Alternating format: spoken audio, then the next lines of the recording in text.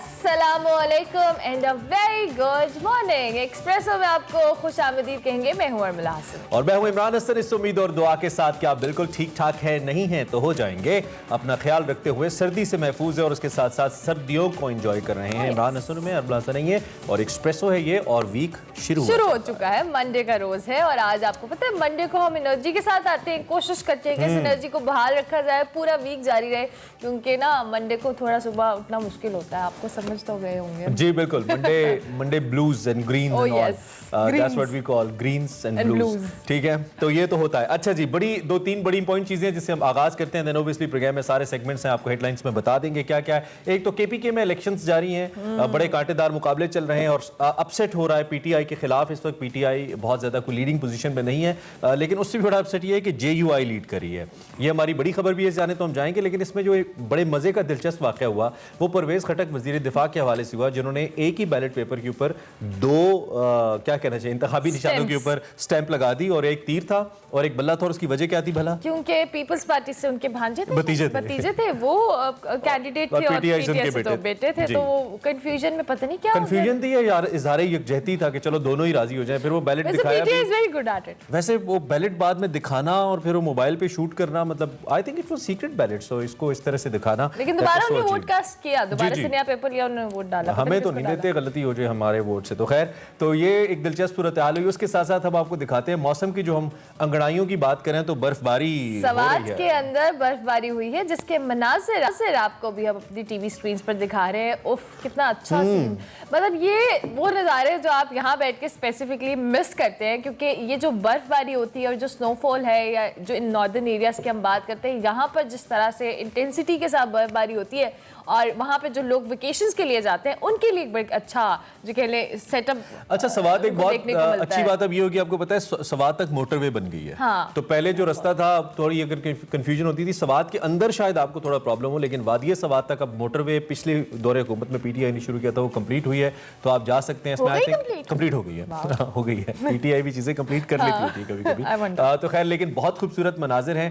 और अगर आप मरी वगैरह की जानिब नहीं जा सकते, यानी कि वहाँ पे आपके रश ज्यादा है, लोग ज्यादा हैं, तो I think this is another spot that you can have. और बहुत सारे लोग ऐसे हैं जिनकी शादियां हुई हैं, हनीमून के लिए बाहर नहीं जा सकते, टिकट्स महंगी हैं, तो why don't you go to Swat and enjoy honeymoon. और आप अपनी बैचलर पार्टी भी कर सकते हैं। चलें जनाब, शो में बहुत जो बैचलर है वो हनीमून की बात कर रहे हैं, जो मैरिड है वो बैचलर की बात। यही होता है ना, यही होता है। चले जनाब, शो में बहुत कुछ है। मंडे का शो है तो आपको पता है पाव पैक किस्म का शो होता है, लेकिन आगाज में आपको बताएंगे आज की हेडलाइंस। खैबर पख्तूनख्वा में इंतखाबी दंगल। बल्दियाती इलेक्शन के पहले मरहले में हुक्मरान जमात पीटीआई को होम ग्राउंड पर टफ टाइम का सामना।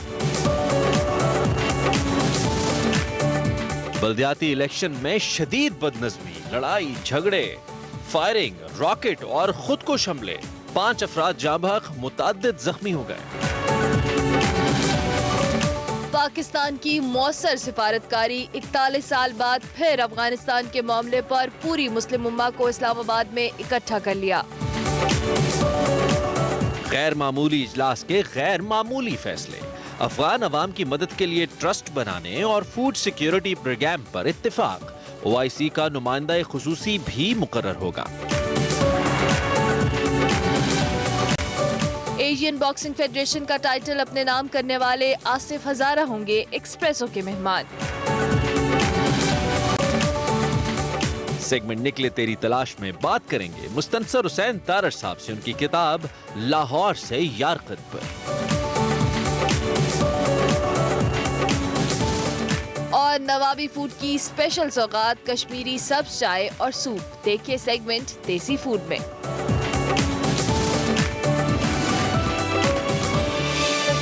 सब चाय देखने को मिलेगी, कोई बात नहीं, पीने को। अच्छा, चले जनाब, बड़ी खबर बताते हैं।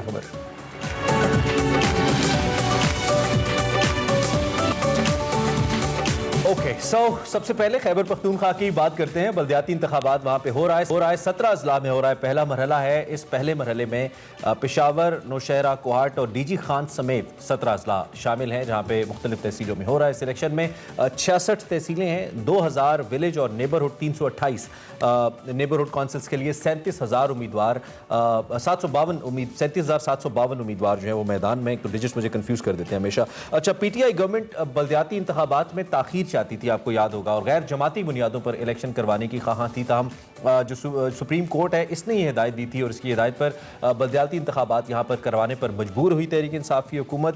खैबर पख्तूनख्वा हुक्मरान जमात इस वक्त बात करें तो पीटीआई का होम ग्राउंड है। पिछले तकरीबन 7-8 साल से यहाँ पर उनकी हुकूमत है। कबायली इलाकों के जम होने के बाद खैबर पख्तूनख्वा में ये गुज़िश्ता बल्दियाती इलेक्शन में पीटीआई ने 24 में से 17 अजला में से आपको याद होगा अपनी हुकूमत बनाई थी। लेकिन इस बार जो JUI फे है, ANP है, मुस्लिम लीग नून, पीपल्स पार्टी और दीगर जो जमातें हैं, जमात इस्लामी भी कह लें, वो टफ टाइम दे रहे हैं इस वक्त। और इसके बावजूद गैर हतमी और गैर सरकारी नताज के मुताबिक हुक्मरान जमात है, ये बताया जा रहा है कि बहरहाल उसकी बरतरी, पीटीआई की बरतरी मौजूद है। बिल्कुल। और इलेक्शन के दौरान कई मकामात पर शदीद बदनज़मी के वाक़यात भी देखने में आए। कहीं स्टैंप नाकारा मिली, कहीं पोलिंग स्टेशन पर कारकुनों की हाथापाई हुई, कहीं तोड़फोड़ हुई, कहीं हंगामा आराई हुई। उसके बाद हंगामा आराई के बाद बैलेट बॉक्स तक तोड़ दिए गए, बैलेट पेपर्स फाड़ दिए गए और कहीं लड़ाई के बाद बैलेट पेपर्स को आग भी लगा दी गई। इसी दौरान मैदान जंग में भी जो कहने इलाके वो मैदान जंग का मंजर पेश करते रहे और लड़ाई झगड़ों में, फायरिंग में, रॉकेट और खुदकुश हमले में 5 अफराद जाँ बहक हुए और कई अफराद के जख्मी होने की भी इतलात है।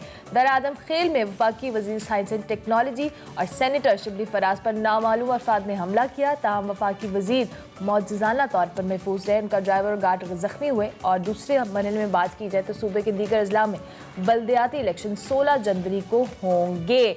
अब ये बड़ा अनफॉर्चुनेट है, ये जो वाक़यात हम देखते हैं इलेक्शन के दौरान। इस वक्त जो ताज़ा तरीन सूरत हाल है उस पर भी हम बात कर लेते हैं। हमारे साथ ब्यूरो चीफ पेशावर जमशेद बागवान है, उनसे हम बात कर लेते हैं। बहुत शुक्रिया जमशेद साहब कि आपने इन द मॉर्निंग ज्वाइन किया। और सैयद मुदस्सिर रिजवी साहब डायरेक्टर फैफिन भी हमारे साथ मौजूद हैं, उनसे भी हम उनकी एक्सपर्टीज। लेकिन मुदस्सिर साहब, आपकी इजाजत से हम जरा पहले बागवान साहब से अपडेट ले लेते हैं। बागवान साहब, सबसे पहले तो थोड़ी सी जो लेटेस्ट अपडेट्स हैं आपके पास हमारे साथ शेयर कीजिएगा। ये कुछ हमने वाकयात का जिक्र भी किया, ओवरऑल जो पोलिंग या वोटिंग की सिचुएशन थी उसके हवाले से आप क्या अपडेट्स हैं आपके पास?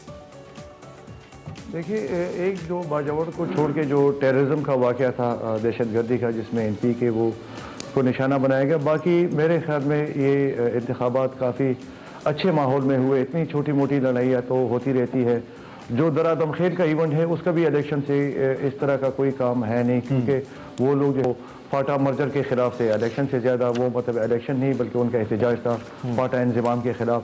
और शिबली फराज पे भी जो है पथराव हुआ था उनकी गाड़ी पे और मतलब फायरिंग नहीं हुई। तो चूँकि ये इंतखाबात फौज की निगरानी में नहीं होते और पुलिस और सिविल एडमिनिस्ट्रेशन करती है, तो इस हवाले से ये इंतजाम इतने भी बुरे नहीं थे और मेरे ख्याल में बड़े अच्छे माहौल में हुए। छोटी मोटी लड़ाइयाँ, चूँकि ये गली मोहल्ले के इलेक्शन है और गली मोहल्ले में वो क्या कहते हैं खशमश रहती है लोगों के माबैन, तो शायद ये उसकी वजह भी हो। दूसरी बात जो है, जो PTI की आप बात कर रहे थे, तो पहली दफ़ा खैबर पख्तूनख्वा में 2013 के बाद PTI को बड़ा सख्त मुकाबला देखने को मिला है। और जैसे ख्याल किया जा रहा था, जो पेशावर में जलसा हुआ था इलेक्शन से पहले चीफ मिनिस्टर का, जिसमें लोग थोड़े कम आए थे, तो उससे ये अंदाज़ा था जो PTI के लोग थे वो इस दफ़ा खर्च कर रहे थे, पैसे खर्च कर रहे थे, उनके उम्मीदवार खर्च कर रहे थे और वोटर जो है उनके कम निकले। जो पेशावर की वादी है जिसपे पेशावर, सवाबी, मर्दान, चारसदा शामिल है, यहाँ पे PTI का होल्ड था 2018 में पूरा क्लीन स्वीप किया था। लेकिन आज जो है उनको काफ़ी मुज़ाहमत का सामना है। सवाबी में असद कैसर के होने के बावजूद, चारसदा में भी JUI और MP मुकाबला कर रही है। पेशावर में भी बहुत टफ मुकाबला दिया है JUI ने। एक तहसील जो शालम है वो तो जीत चुकी है, अभी मेयर का उनकी लीड है। PTI वालों के अपने दावे हैं, लेकिन जो PTI के लिए अच्छा वो है, वो बुनेर से थोड़ा उनको अच्छी खबर मिली है। जो मलाकंड डिवीज़न है जिसको 2018 में स्वीप किया था, वहाँ से उनको कामयाबी मिली है। चूँकि बाकी मलाकंड डिवीज़न में इलेक्शन नहीं हुए, सिर्फ बुनेर में हुए, जिस तरह हजारा डिवीजन में सिर्फ हरिपुर में हुए, तो उन दोनों जगह से उनको थोड़ी बहुत खुशखबरी मिली है। जमशेद, अगर मैं मुख्तसरन आपसे ये पूछूं कि पीटीआई ने तो इस दफा बिल्कुल इलेक्शन से कुछ दिन पहले ही इलेक्शन कमीशन ने इवन मना भी किया था, इमरान खान साहब वहां पे गए, हेल्थ कार्ड जो कि उनका बड़ा फ्लैगशिप एक प्रोडक्ट है या प्रोजेक्ट है, वो उन्होंने लॉन्च किया, सबको हेल्थ कार्ड्स दे दिए गए, यानी कि सेहत फ्री कर दी गई। ये बहुत बड़ा इक़दाम था, उसके बावजूद लोगों ने इस तरीके से रिस्पॉन्ड नहीं किया जैसे पहले कर रही थी। इसकी बुनियादी वजह क्या है फिर, आपको क्या लगता है? बिल्कुल, उसकी दो महंगाई तो पूरे पाकिस्तान में है। आप देख रहे हैं कि महंगाई पूरे पाकिस्तान में है और पूरे पाकिस्तानी अवाम महंगाई से मुतासर है, तो महंगाई भी एक बड़ी वजह है। दूसरी वजह जो गैस और बिजली की लोड शेडिंग है, खुसूसन ये जो वादी पेशावर में है, यहाँ पे 6-6 घंटे गैस नहीं होती, बिजली नहीं होती। शहर के अंदर, शहरी इलाके में, पेशावर शहर में आपको उस पर नोटिस लिया गया चीफ मिनिस्टर ने, तो कुछ हुआ नहीं। सर्दी का मौसम है, जब आपके पास बिजली भी ना हो, गैस भी ना हो, तो ये भी एक रिएक्शन होता है। और हमने देखा कि कल सुबह सवेरे बहुत ज़्यादा लोग निकले थे वोट डालने के लिए। तीसरी जो उनकी बड़ी वजह है वो इनके जो लीडर हैं, जो बड़े बड़े घरों में बैठे हुए, उनके फैसले हैं। इम्पोर्टेड उम्मीदवार लेके आते हैं, पार्टी वर्कर को छोड़ देते हैं। ये भी हुआ है कि पैसों पे टिकट दिए हैं, तो ये भी एक बड़ी वजह है। मुख्तसरन जमशेद ये बता दें, फिर मैं मुदस्सिर साहब की तरफ जाऊंगा। मुख्तसरन ये बता दें कि आप जो टर्न आउट है ओवरऑल, उससे आप मुतमईन हैं? लोग ठीक निकले हैं, अच्छी तादाद में निकले हैं वोट डालने के लिए? बिल्कुल, इससे भी ज्यादा निकलने चाहिए थे जिस तरह के हालात है। और चूंकि ये लोकल गवर्नमेंट गली मोहल्ले के इलेक्शन थे, तो हमारा ख्याल था कि ये 40% से जाएगा। और ये पीटीआई का खुद भी ये ख्याल था, अगर ये टर्न आउट 40% से ज्यादा हुआ तो उनकी कामयाबी के चांस बढ़ जाएंगे। लेकिन जैसे मैं पहले बता रहा था कि गलत प्लानिंग, कानून साजी में ताखीर, इलेक्शन में ताखीर, और इस तरह लग रहा था कि हुकूमत के बावजूद पीटीआई जो है वो इलेक्शन से फरार हो रही है। नेबरहुड को इन्होंने आज़ाद छोड़ा, उधर पार्टी का टिकट ही नहीं दिया, पार्टी के टिकट इन्होंने देने शुरू किए तहसील से। तो गलत प्लानिंग भी है इनकी, और साथ ही साथ जो इम्पोर्टेड उम्मीदवार है उनको उन लोगों ने शायद और उसके नताइज मुरतब हुए हैं। ठीक है, आप हमारे साथ ही रहिए जमशेद। हमारे साथ चूंकि सैयद मुदस्सिर रिजवी साहब मौजूद है, डायरेक्टर प्रोग्राम 5 उनसे ज़रा पूछते हैं वो इस इलेक्टोरल प्रोसेस से कितने मुतमईन हैं, the kind of election is conducted. Mudassir, thank you very much, बहुत शुक्रिया, आपने अलग सुबह हमें ज्वाइन किया, and have a good day as well. हमें सबसे पहले ये बताइए कि जो तफसील हमें जमशेद साहब बता रहे हैं, और आप खुद भी इलेक्शंस को मॉनिटर कर रहे होंगे, अब तक की जो प्रोसीडिंग्स हुई हैं सारी, इससे मुतमईन हैं आप? इस प्रोसेस से मुतमईन हैं, ये ठीक हुआ है?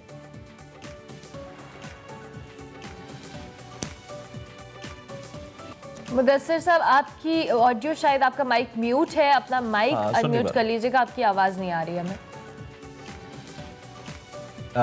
नहीं सुन नहीं पा रहे हैं, दोबारा कनेक्ट करते हैं आपसे, हम दोबारा बात करते हैं और फिर यहीं से शुरू करेंगे। जुमेद भाई, अब क्योंकि हम आप हैं कि गलत प्लानिंग और इस सारी, अब चूंकि नताइज तकरीबन सामने आ रहे हैं और एक पल्स भी होती है, जो जर्नलिस्ट होता है उसका तो नब्ज पे हाथ होता है, वो समझ सकता है कि इस वक्त रिजल्ट्स क्या आ रहे हैं तकरीबन।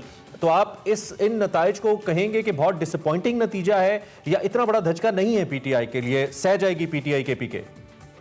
जमशेद साहब देखिए, ये सेमीफाइनल है, 2023 में फाइनल होने जा रहा है, ये उससे पहले सेमीफाइनल के इलेक्शन है। और अगर सेमीफाइनल में आपको मुज़ाहमत का सामना करना पड़ता है या आपके उम्मीदवार हार जाते हैं, तो अगर आप सबक सीखते हैं और नई प्लानिंग के साथ आते हैं तो फिर तो ठीक है। देखिए, हमने पीटीआई को बड़ा मुख्तलिफ देखा है इस दफ़ा। जो हालात है ना, 2013 में पीटीआई का गाड़ी भी नहीं होती थी, कोई वो खर्चा भी नहीं होता था, जिस तरह वो कहते हैं ना बिरयानी वाली तो कल लग रहा था पेशावर में बिरयानी वाली पार्टी जो है, हाँ, वो यकीन करे पीटीआई के जो उम्मीदवार है, जो बहुत ज्यादा उसके पास दौलत है, उसके ट्रक बड़े बड़े खानों के जा रहे थे। शाम तक मैंने खुद देखा। और उसमें खाना वो आप ये कह रहे हैं कि असल पीटीआई के उम्मीदवारों के अकाउंट्स में आ गई है, आप ये कह रहे हैं? बिल्कुल, इन्होंने फाइनेंसर्स को ढूंढा है, तकरीबन तमाम पार्टियों ने, सिर्फ इन्होंने नहीं, पीटीआई ने, तकरीबन तमाम पार्टियों ने फाइनेंसर्स को ढूंढा है जिनके पास पैसे हैं और वो इलेक्शन में खर्च कर सके। अब जैसे पेशावर में जेयूआई ने अपने पुराने कारकुन को दिया है, गुलाम अली के बेटे को, लेकिन उसके पास भी बहुत पैसे हैं, मतलब वो भी गरीब आदमी नहीं है। मतलब ओवरऑल सारी पार्टियों ने अपना कारकुन भी ढूंढा है। ठीक है, जमशेद साहब आप हमारे साथ रहिएगा, मुदस्सिर साहब भी हमारे साथ मौजूद है। मुदस्सिर साहब, अभी इलेक्शंस के हवाले से बात करें, जिससे पहले भी इमरान ने सवाल किया था आपसे कि आप तो मॉनिटर कर रहे होंगे इस तमाम तर जो इलेक्टोरल प्रोसेस है, क्या आपने इसको ऑब्जर्व किया? आपके ऑब्जर्वेशन के मुताबिक जो इलेक्शन हुए, ये कितने जो कह ले शफाफ हैं या गैर मुतनाज़ा आपके नजदीक रहे? देखिए, अब मेरी आवाज आ रही है? जी, आ रही है, बिल्कुल आ रही है। जी एक तो मैं पूरी तरह इत्तेफाक करूंगा जो आपके ब्यूरो चीफ साहब जमशेद साहब ने एनालिसिस दिया कि जो जिस किस्म का ये इलेक्शन होता है ये कोई बहुत मैसिव एक्सरसाइज होती है। ये जनरल इलेक्शन में 800 पौने 900 प्रोविंशियल और नेशनल की सीटों के इलेक्शन होते हैं, उसके रिजल्ट बन रहे होते हैं। और अगर लोकल गवर्नमेंट में खाली 17 डिस्ट्रिक्ट्स में देखें तो कल के दिन में सिर्फ 2300 से ज्यादा इलेक्शंस हो रहे थे और जो नतीजे फाइनल हो रहे हैं वो 12,500 से ज्यादा नतीजे फाइनल हो रहे हैं, जिसपे रिजर्व सीट के भी हो रहे हैं, जनरल सीट्स के भी नेबरहुड काउंसिल में हो रहे हैं, 5 मुख्तलिफ सीटें हैं नेबरहुड विलेज काउंसिल की, उस पे हो रहे हैं, और फिर पूरी तहसील के मेयर या सिटी के मेयर और तहसीलों के चेयरपर्सन के चेयरमैन के इलेक्शन हो रहे हैं। तो उस मैसिविटी को हमें सामने रख के इस बद इंतजामी की जो रिपोर्ट्स आ रही हैं वो फार एंड फ्यू हैं। जनरली इलेक्टोरल प्रोसेस जो हमारे ऑब्जर्वर्स तकरीबन 325 ऑब्जर्वर्स हैं, हम तकरीबन 12 से 15% के करीब पोलिंग स्टेशन पे आज रात में या कल सुबह अपनी प्रिलिमिनरी रिपोर्ट भी रिलीज कर देंगे। लेकिन उसके मुताबिक ये इंसिडेंट्स बंद इंतजामी जरूर हुई है, लेकिन fire and few polling station पे ये कोई ऐसा नहीं है कि हर पोलिंग स्टेशन पे बंद इंतजामी नजर आई हो। ठीक है, अच्छा ठीक है, आप चूंकि मुतमईन दिखाई देते हैं और आपका इदारा भी आप कह रहे हैं रिपोर्ट तो आपने जारी करनी है, लेकिन जो ओवरऑल आपका एक एनालिसिस है उसमें आप मुतमईन हैं, तो इसमें तो ईवीएम यूज नहीं की गई, इलेक्ट्रॉनिक वोटिंग मशीन इस्तेमाल नहीं की गई, लेकिन उसके बावजूद अगर आप इंतखाबात से मुतमईन हैं तो आप समझते हैं कि आने वाले जनरल इलेक्शंस में भी एज एन ऑप्शन तो मौजूद है, लेकिन जरूरत के तहत या कि बहुत एक कहना चाहिए कि इंतहाई जरूरत है ईवीएम की, ऐसा नहीं है, इसके बगैर भी इंतखाब ठीक हो सकता है, ऐसा समझ लें हम?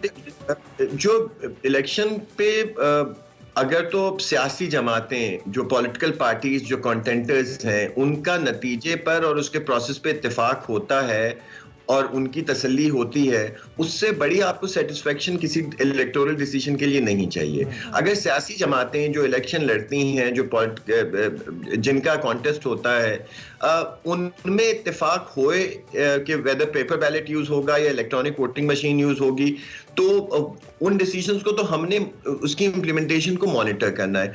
हमारे ख्याल में इन्फोर्समेंट का मसला चाहे इस सिस्टम पे रहे चाहे ईवीएम पे रहे, इन्फोर्समेंट के इश्यूज रहेंगे, और जब तक इन्फोर्समेंट को स्ट्रेंथन नहीं किया जाएगा, टेक्नोलॉजी बदलने से चीजें चेंज नहीं होती, उसके इस्तेमाल से, उसकी इन्फोर्समेंट पे, कानून के इतलाक से चीजें इंप्रूव होंगी, और उसी से सियासी जमातों का कॉन्फिडेंस भी आएगा प्रोसेस पर भी और नतीजे और लोगों का बहुत जरूरी है। ठीक हो गया मुदस्सिर साहब। इसके साथ साथ अगर हम पीटीआई के गवर्नमेंट हुक्मरान जमात की बात करें, अभी हमने देखा था कि रिसेंटली प्राइम मिनिस्टर ने बड़े अच्छे मंसूबे वहाँ पे शुरू भी किए, और हेल्थ कार्ड के हवाले से हम पहले भी मेंशन कर चुके हैं। आपको लगता है कि इन तमाम तर प्रोजेक्ट के बावजूद जो पीटीआई की गवर्नमेंट है उसको इस बल्दियाती इलेक्शन में उस पर कुछ नेगेटिव इम्पैक्ट आया, या पब्लिक की उस तरह से उनकी एक सपोर्ट थी उससे वो लैक किए? देखिए, नतीजे तो अभी आ रहे हैं, और जो प्रिलिमिनरी नतीजे कुछ आ रहे हैं, अभी मुकम्मल नहीं हुए, उससे ये लगता है कि पीटीआई 15-16 तहसीलों में मेयर की सीट्स पे लीड करी है, बाकी जगहों पर और पॉलिटिकल पार्टीज या इंडिपेंडेंट कैंडिडेट्स हैं। पीटीआई पे इनकम्बेंसी का फैक्टर यकीनन है, जो और इस वक्त खैबर पख्तूनख्वा में तो उनको तकरीबन 7-8 साल हो गए, और वो इनकम्बेंसी का फैक्टर बड़ी एक्सेप्शनल सी बात थी कि पीटीआई को दूसरी टर्म मिल गई थी, वरना खैबर पख्तूनख्वा में उमूमन लोग पॉलिटिकल पार्टीज को दूसरी टर्म नहीं देते, लेकिन पीटीआई को उनकी कारकर्दगी ही की बुनियाद पर दूसरी टर्म भी मिल गई थी। 2013 के से 18 तक भी रही, 18 के बाद अब भी 2023 तक उनकी हुकूमत है। तो जो भी गवर्नमेंट बैठी होती है उसको अपने कारकर्दगी का या अपने जो एक्सपेक्टेशंस होती हैं उनको पूरा ना करने का बोझ तो उठाना पड़ता है, और हमें नजर आ रहा है कि इन लोकल गवर्नमेंट के इलेक्शन में पीटीआई वो बोझ उठा रही है। लेकिन एक और चीज भी हमें सामने रखनी चाहिए, जो जमशेद साहब भी अभी बता रए थे, कि टर्नआउट भी बहुत बड़ा फैक्टर है। 2018 के इलेक्शन में और 2013 के इलेक्शन में 55% के करीब लोग निकले थे, और 2018 के इलेक्शन में 51% के करीब लोग निकले थे। अब जब ज्यादा लोग निकलते हैं तो नताइज मुख्तलिफ होते हैं, और कम लोग निकलते हैं तो शायद नताइज मुख्तलिफ होते हैं।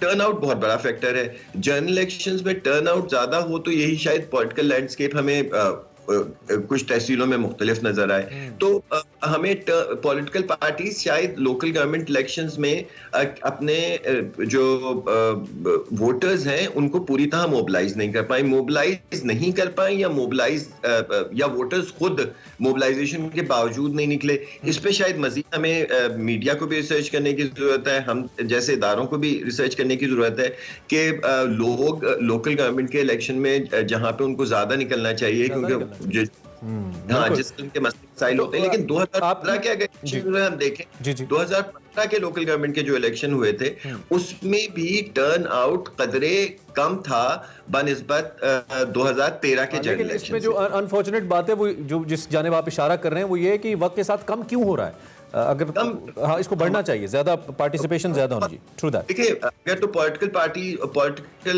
लोकल गवर्नमेंट्स को एम्पावर करेंगे, नेबरहुड और विलेज काउंसिल के काउंसलर्स जो इलेक्ट होते हैं, चेयरपर्सन जो इलेक्ट होते हैं, वो लोगों के काम करते नजर आएंगे, अगर वो एफिशिएंट होंगे, इफेक्टिव होंगे।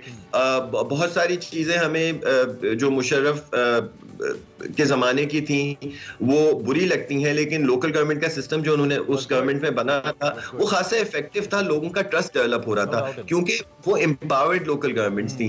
अगर आप ये चूंकि आपने जिक्र मुदस्सिर भाई आपने जिक्र कर ही दिया, तो चूंकि बागवान साहब हमारे साथ मौजूद हैं, जमशेद साहब, उनसे मैं जरा ये पूछना भी चाहूंगा क्योंकि सिंध में बड़ी दिलचस्प सूरत हाल रही है। हमें मालूम है कि सिंध में चूंकि हुकूमत पीटीआई की नहीं है तो विफाकी हुकूमत कोई भी अपने फंड्स किसी किस्म के सूबाई हुकूमत को भी नहीं देती। वो खुद से वहां पे बसेस ले आते हैं, खुद से मंसूबे शुरू करते हैं, हर चीज़ को खुद से करना चाहते हैं कि जी यहाँ पे फंड सही से इस्तेमाल नहीं होते। अब अगर लेट्स सपोज बहुत ज़्यादा तहसीलों में जमशेद साहब हमें नज़र आ रहा है कि जेयूआई लीड कर रही है या दीगर जमातें आती हैं, तो आपको नहीं लगता कि इन तहसीलों के लिए बड़ा मसला हो जाएगा चूंकि फंड्स तो अल्टीमेटली पीटीआई गवर्नमेंट ने देने हैं? तो इसको आप कैसे देख रहे हैं फिर? देखिए खैबर पख्तूनख्वा में एक है रिवायत, अपोजिशन को इतना तंग नहीं किया जाता, फंड्स दिए जाते हैं। अच्छा। देखिए इस हुकूमत में भी अपोजिशन को उतने नहीं मिल रहे, लेकिन मिल रहे हैं ताल्लुकात की बुनियाद पर, या इस तरह नहीं होगा कि वो तहसील जो है हुकूमत को पैसे नहीं दी गए। हमारा एक फाइनेंस कमीशन है, ज़िले को वो पैसे जाने हैं या तहसील को जो पैसे उसका हक बनता है पॉपुलेशन के हिसाब से वो जानते हैं। मैं एक आपको थोड़ा क्लियर कर दूँ, मुदस्सिर साहब ने कहा जो वोटर है केपी का, उसने केपी हुकूमत की कारकर्दगी को देखकर वोट नहीं दिया, ये मैं आपको यकीनन से कह सकता हूँ। अच्छा। क्योंकि केपी हुकूमत की कारकर्दगी इतनी बुरी नहीं है। देखिए हेल्थ कार्ड इनका अच्छा है, पटवारी का सिस्टम थोड़ा साफ कर रहे हैं, सफाई का बहुत अच्छा इन्होंने इंतजाम किया। देखिए कुछ जो अच्छे है वो अच्छा बताया करें। प्रोविंस से कोई बड़ा स्कैंडल नहीं है सूबाई हुकूमत का, अगर ये खुद अपने लोग न बदले तो तब्दीली की भी इतनी जरूरत नहीं है। तो अगर वोट दिया है तो वो मरकजी हुकूमत की पॉलिसियों के खिलाफ है, ये आप इसको जरा जहन में रखें। देखिए गैस बिजली ये सूबाई हुकूमत का काम नहीं है, महंगाई ये सूबाई हुकूमत कंट्रोल नहीं कर सकती। तो आप ये कह रहे हैं कि ज्यादा जो इसकी वजह है वो मरकजी हुकूमत की पॉलिसी है। गेटिंग बैक टू सूबाई हुकूमत जिम्मेदार नहीं है, वो मरकजी को। आखिर में मैं आपकी क्लोजिंग रिमार्क्स इसके ऊपर चाहूंगा। जमशेद बिल्कुल टाइम कम है, चूंकि मैं तो मुदस्सिर साहब से जरा क्लोजिंग रिमार्क्स चाहूंगा। एक तो चूंकि ये पहला मरहला था, दूसरा मरहला अभी केपी के में होना और दीगर पूरे पाकिस्तान में भी होना है। तो do you consider it a good start for democratic process? Mudassir आप क्लोजिंग रिमार्क्स क्या देंगे हमें? जी यहाँ पर ये बहुत जरूरी है कि पीटीआई की गवर्नमेंट ने जो एक लॉ बनाया है उसमें डायरेक्ट इलेक्शन की तरफ चले गए हैं, और ये बहुत एक करेजियस और बहादुर डिसीजन था पीटीआई की गवर्नमेंट का कि मेयर के इलेक्शंस के लिए डायरेक्ट इलेक्शंस कर रहे हैं। ये एक बहुत बड़ी कर्ज थी पाकिस्तान में डायरेक्ट इलेक्शंस की, जिससे हमने जान छुड़ा ली है। हमें इसी किस्म के लॉज और प्रोविंसेस में बनाने चाहिए, डायरेक्ट मोड ऑफ इलेक्शन पे जाएं। उसमें यकीनन एक गैम्बल था लॉ मेकर्स के लिए भी, कुछ भी हो सकता था, लेकिन मेरे ख्याल में लोगों की विल पे पॉलिटिकल पार्टीज को ट्रस्ट करना शुरू करना पड़ेगा। और इसी किस्म अगर इन्हीं लोकल गवर्नमेंट्स को आप एम्पावर कर दें, फंड्स दे दें, तो आप देखिएगा कि यही अगर सिस्टम चलता रहा तो लोकल गवर्नमेंट्स में बहुत टर्नआउट बेहतर होगा जनरल इलेक्शंस की। ठीक है, चलें, आपका बहुत शुक्रिया, आपने हमें वक्त दिया और हम आपको दावत देते रहेंगे, जहमत देते रहेंगे कि आते रहिए। जमशेद आपका भी बहुत शुक्रिया, अल सुबह आपने हमें आगाह किया इस सारी सूरत हाल से, और दीगर बुलेटिन में और ऑनवर्ड्स भी हम आपको सारा दिन आगाह करते रहेंगे। जो हतमी नताइज आते हैं, फिल वक्त जो नताइज आए उसमें तहरीक इंसाफ लीड कर रही है, लेकिन धचका जरूर लगा है तहरीक इंसाफ को, और पेशावर में खास तौर पे जो उनके मेयर हैं वो उनको शिकस्त हो रही है, ये खबरें आ रही हैं। ब्रेक लेंगे, ब्रेक के बाद हाजिर होंगे, देखते रहिए Expresso. Welcome back to Expresso. अब बात करें अफगानिस्तान की सूरत हाल और पाकिस्तान की बहुत बड़ी सिफारती कामयाबी पर बहुत बड़ी डेवलपमेंट की। गैर मामूली इजलास पाकिस्तान में हुआ तकरीबन 41 साल के बाद। पूरी जो मुस्लिम उम्मा है वो इस्लामाबाद में जमा हुई और इससे पहले 1980 में भी पाकिस्तान ने अफगानिस्तान के मामले पर एक गैर मामूली इजलास बुलाया था। गुज़िश्ता रोज़ इस आम इजलास की बात करें तो इसमें इस्लामी ममालिक के जो वज़राए खारजा हैं, अफगान तालिबान वफ़द है, अमरीकी नुमाइंदे खुसूसी बराए अफगानिस्तान, अक़वाम मुत्तहिदा सलामती कौंसिल के मुस्तकिल ममालिक, यूरोपीय यूनियन, P5 और बैनुल-अक़वामी मालियाती इदारे हैं। इन सब के नुमाइंदों समेत दीगर मंदूबीन और मुबस्सिरीन के वफूद ने शिरकत की। ये बहुत ही अहम इजलास था। वज़ीर आज़म इमरान खान ने इजलास के इफ्तिताही सेशन से खिताब किया। आलमी बरादरी और अक़वाम आलम को खबरदार किया कि अफगानिस्तान के 4 करोड़ अवाम को बहरान का सामना है। अगर इस वक्त दुनिया ने अफगानिस्तान की मदद न की तो बहुत बड़ा इंसानी अलमिया जन्म लेगा। वज़ीर आज़म ने OIC पर जोर भी दिया कि इस मुश्किल वक्त में अफगानिस्तान की मदद की जाए और अगर बरवक्त एक्शन न लिया गया तो दहशतगर्द भी इसका फायदा उठा सकते। बिल्कुल, साथ साथ इजलास में पाकिस्तान की जानिब से अफगान अवाम की मदद के लिए 6 निकाती हिकमत अमली भी पेश की गई और मुस्लिम उम्मा पर जोर दिया गया कि फौरी तौर पर अफगान अवाम की मदद करना होगी। अफगानिस्तान में तालीम, सेहत और जो तकनीकी शोबे हैं उसमें सरमायाकारी करनी होगी। साथ साथ अक़वाम मुत्तहिदा इदारा IC का ग्रुप बनाकर अफगानिस्तान को जो जायज़ा बैंकिंग है उसकी सहूलियात तक रसाई में मदद देनी होगी और साथ साथ अफगान अवाम की जो खुराकी फराहमी है और फूड सिक्योरिटी के लिए फौरी इक़दाम भी किए जाएँ। इंसदाद दहशतगर्दी और मंशियात के खात्मे के लिए अफगान इदारों की जो इस्तेदाद कार है उसको बढ़ाया जाए और साथ साथ अफगानिस्तान में जो इंसानी हकूक़ है, ख़वातीन और लड़कियों के हकूक़ के लिए अफगान हुकाम को इंगेज किया जाए। साथ साथ अफगानिस्तान में अगर दहशतगर्दी की बात की जाए तो उसकी रोकथाम के लिए अफगान हुकाम से मिलकर काम किया जाए। और इजलास में सऊदी वज़ीर ख़ारजा ने अफगानिस्तान के लिए 1 अरब रियाल की माली इमदाद का ऐलान करते हुए दुनिया को इस तरफ मुतवज्जा किया कि अमन के लिए जो आलमी बरादरी है उसको अफगानिस्तान में किरदार अदा करना होगा। ये बहुत अच्छी डेवलपमेंट है। और दूसरी जानिब कॉन्फ्रेंस के एलामिये के मुताबिक अफगान अवाम की इमदाद के लिए एक ट्रस्ट का क़याम किया गया है और फूड सिक्योरिटी प्रोग्राम पर इत्तफाक किया गया है। अफगानिस्तान के बारे में OIC का नुमाइंदा खुसूसी भी मुकर्रर किया जाएगा। अफगान अवाम की इमदाद के लिए इस्लामी तरक्याती बैंक अकाउंट खोला जाएगा। एलामियों में OIC और UN के जो इमदादी इदारे हैं उनके दरमियान शराकत दारी की तजवीज़ भी दी गई है, जबकि अफगानिस्तान की इमदाद के लिए माली और बैंकिंग चैनल्स खोलने की भी सिफारिश की गई है। इसी अहम पेशरफ्त पर बात करने के लिए, इस अहम इजलास पर बात करने के लिए 2 अहम शख्सियात मौजूद हैं। हमारे साथ डॉक्टर आदिल नजम साहब मौजूद हैं जो कि सीनियर तज्ज़ियाकार हैं। It doesn't need any introduction. International affairs खासतौर पर जो रीजनल मामलात हैं इसके ऊपर बड़ी गहरी निगाह रखते हैं। उनका तज्ज़िया हमारे प्रोग्राम का हिस्सा होगा। और इनके साथ हाफिज़ ताहिर महमूद अशरफी साहब जो कि नुमाइंदा खुसूसी हैं वज़ीर आज़म पाकिस्तान के मशरिक़ वस्ता के हवाले से, वो भी हमारे साथ मौजूद हैं। उनसे भी ज़रा हम पूछते हैं कि वो इसकी सिग्निफिकेंस क्या देखते हैं। डॉक्टर साहब, मैं आपकी इजाज़त से, चूँकि हाफिज़ ताहिर अशरफी साहब वहाँ पे मौजूद थे, तो मैं ज़रा उनसे थोड़ी सी सूरत हाल जानना चाहता हूँ वहाँ पे on ground and then the development, then I get back to you. इसके जो असरात हैं। हाफिज़ साहब, थैंक यू वेरी मच, आपने हमें ज्वाइन किया। सबसे पहले तो आप हमें ये बताइए कि पाकिस्तान कितना कामयाब रहा है आपके ख्याल में, नंबर 1, और दूसरी बात ये कि ये जो एलामिया में सूरत हाल सामने आई है, क्या ये हमारी तवक्कुआत के मुताबिक है जो एलामिया सामने आया है इस इजलास के बाद? बिस्मिल्लाहिर्रहमानिर्रहीम, नहमदुहु व नुसल्ली व नुसल्लिमु अला रसूलिहिल करीम। इमरान, सबसे पहले तो मैं पूरी पाकिस्तानी कौम को और वज़ीर आज़म पाकिस्तान को, वज़ीर ख़ारजा शाह महमूद कुरैशी साहब और अपने बहुत ही अजीज भाई फवाद चौधरी साहब को इस बात से मुबारक देता हूँ कि जिस तरह हमने एक इरादा किया, एक आज से 1 माह पहले जब वज़ीर आज़म सऊदी अरब गए थे और वहाँ सऊदी अरब के वलीअहद अमीर मोहम्मद बिन सलमान से इस मामले पर बातचीत हुई थी, हमारा जो ख्याल था या जो हमारे मुबस्सिरीन डॉक्टर साहब ज़्यादा बेहतर बता सकते हैं, लेकिन जो हमें खारजा अमूर के माहिरीन बता रहे थे वो कहते थे कि अगर 15 के करीब उसका खारजा आ गए तो हमारी बहुत बड़ी कामयाबी होगी। अल्हम्दुलिल्लाह कल आप के इल्म में है कि शाह महमूद कुरैशी साहब ने बताया कि 20 ममालिक के वज़राए खारजा और बड़ी कुव्वत के साथ, ये नहीं कि कोई इस तरह थकावट से आता है या जबर से आता है, हर एक चाहता था कि इस मामले में वो अपना हिस्सा डाले। और हमारे जो तवक्कुआत थी या हमने जो एक हदफ मुकर्रर किया था, मैं समझता हूँ कि हमारे वज़ीर आज़म की कोशिशों से और वज़ीर की मेहनत से ये बात हम कह सकते हैं कि हमने कुछ उससे ज्यादा अचीव किया है। तो आप देखें सऊदी अरब ने 1 अरब रियाल का ऐलान कर दिया। अगर आज से आप 2 माह पहले जाएं तो अरब दुनिया के अंदर कतर के अलावा बाकी ममालिक जो हैं वो बिल्कुल इस मामले में हमें खामोश नजर आते थे। फिर बहरीन के वजीर खारजा जो है वो भी मौजूद थे, कुवैत के वजीर खारजा भी मौजूद थे, और इस तरह तुर्की के। तो सब में इस कॉन्फ्रेंस को अगर आप ये कहें कि इससे 2-3 चीजें हासिल हुई हैं। एक चीज तो ये हासिल हुई है कि अफगान मसले के ऊपर जो पाकिस्तान का मौकफ था या पाकिस्तान की मेहनत थी वो अल्हम्दुलिल्लाह दुनिया ने तस्लीम भी की है और वो नजर भी आ रही है।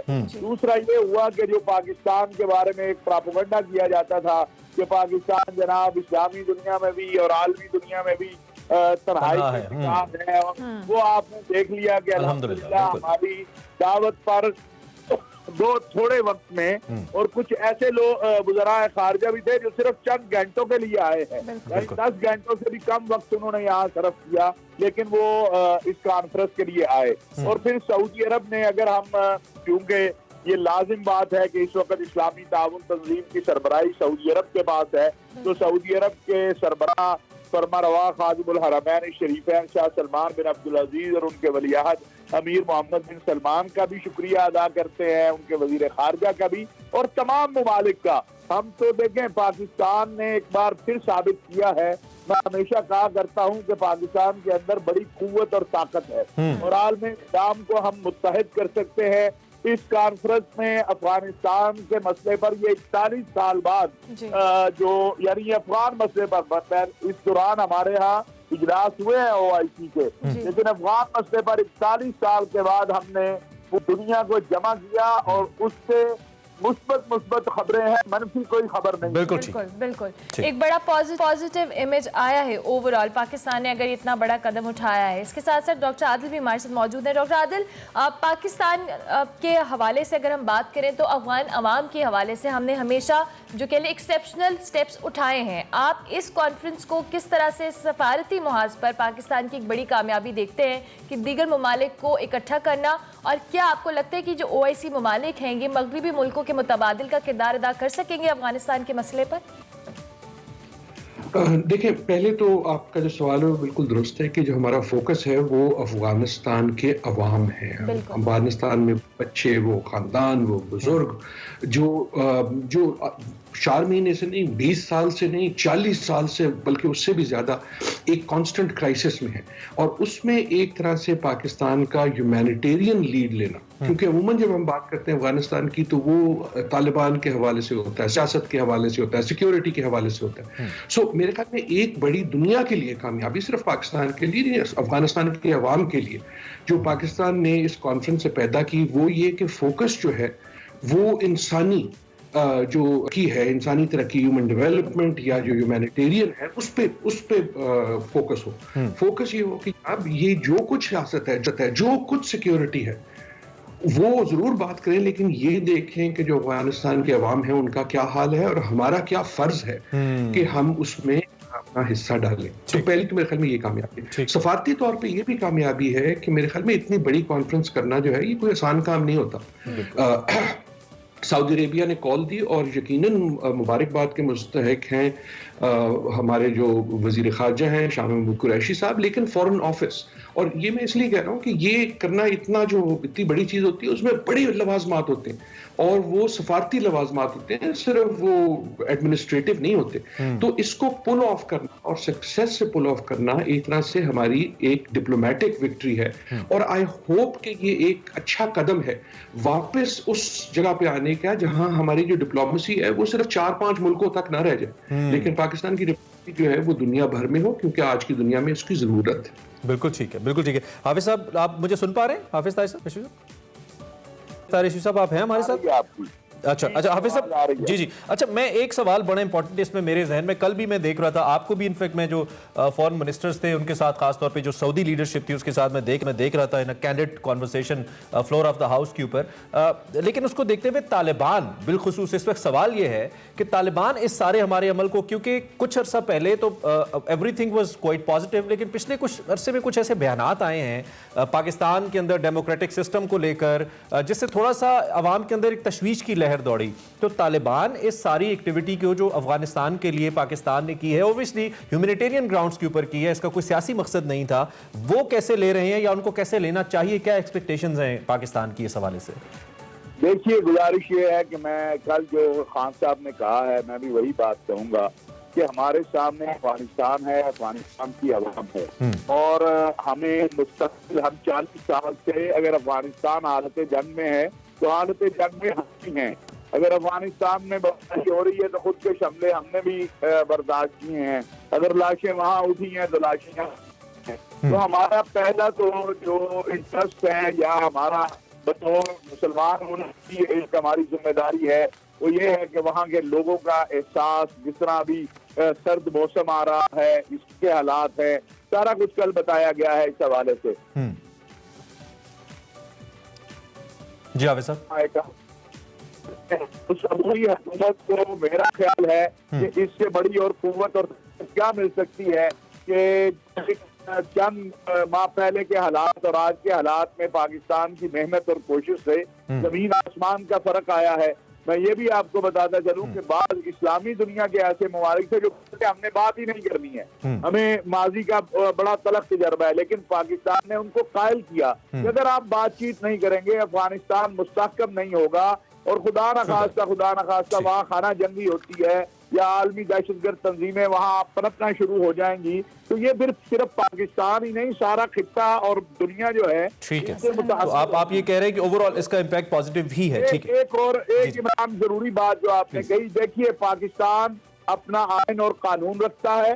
पाकिस्तान अल्हम्दुलिल्लाह दुनिया इस्लाम, कल के बाद भी अगर किसी को गलत फहमी है कि पाकिस्तान का इस्लामी दुनिया में या इस्लाम से क्या ताल्लुक है, तो फिर तो उसको कोई अपना इलाज कराना चाहिए। पाकिस्तान का एक अपना आइन है, दस्तूर है, कानून है, ना हम किसी मुल्क में मुदाखलत करते हैं, ना किसी को अपने मुल्क में मुदाखलत करने देंगे। ठीक है, अल्हम्दुलिल्लाह दुनिया इस्लाम में और इस्लामी दुनिया में इल्मी एतबार से भी, दीनी एतबार से भी, दिफाई एतबार से भी पाकिस्तान अपना एक वजूद रखता है। सही हाफिज साहब, बिल्कुल ठीक। पाकिस्तान का अपना एक मकाम है, हमें किसी से अपना निजाम लेने की जरूरत नहीं है। ठीक है, राइट हाफिज साहब, वक्त मेरे पास कम है, तो मैं डॉक्टर साहब आपने हाफिज साहब की भी बातें सुनी और इसमें कोई दो राय नहीं है कि Pakistan as a sovereign state अपना एक कॉन्स्टिट्यूशन है, हमारा एक डेमोक्रेटिक सिस्टम है, और उसमें भी काफी हद तक पिछले कुछ अरसे से जो कुछ खामियां थी वक्त के साथ साथ दूर हो रही हैं, हम इंप्रूव कर रहे हैं, और कल की जो कोशिश है ये बहुत बड़ी सिफारती कामयाबी है, इसमें कोई दो राय नहीं है।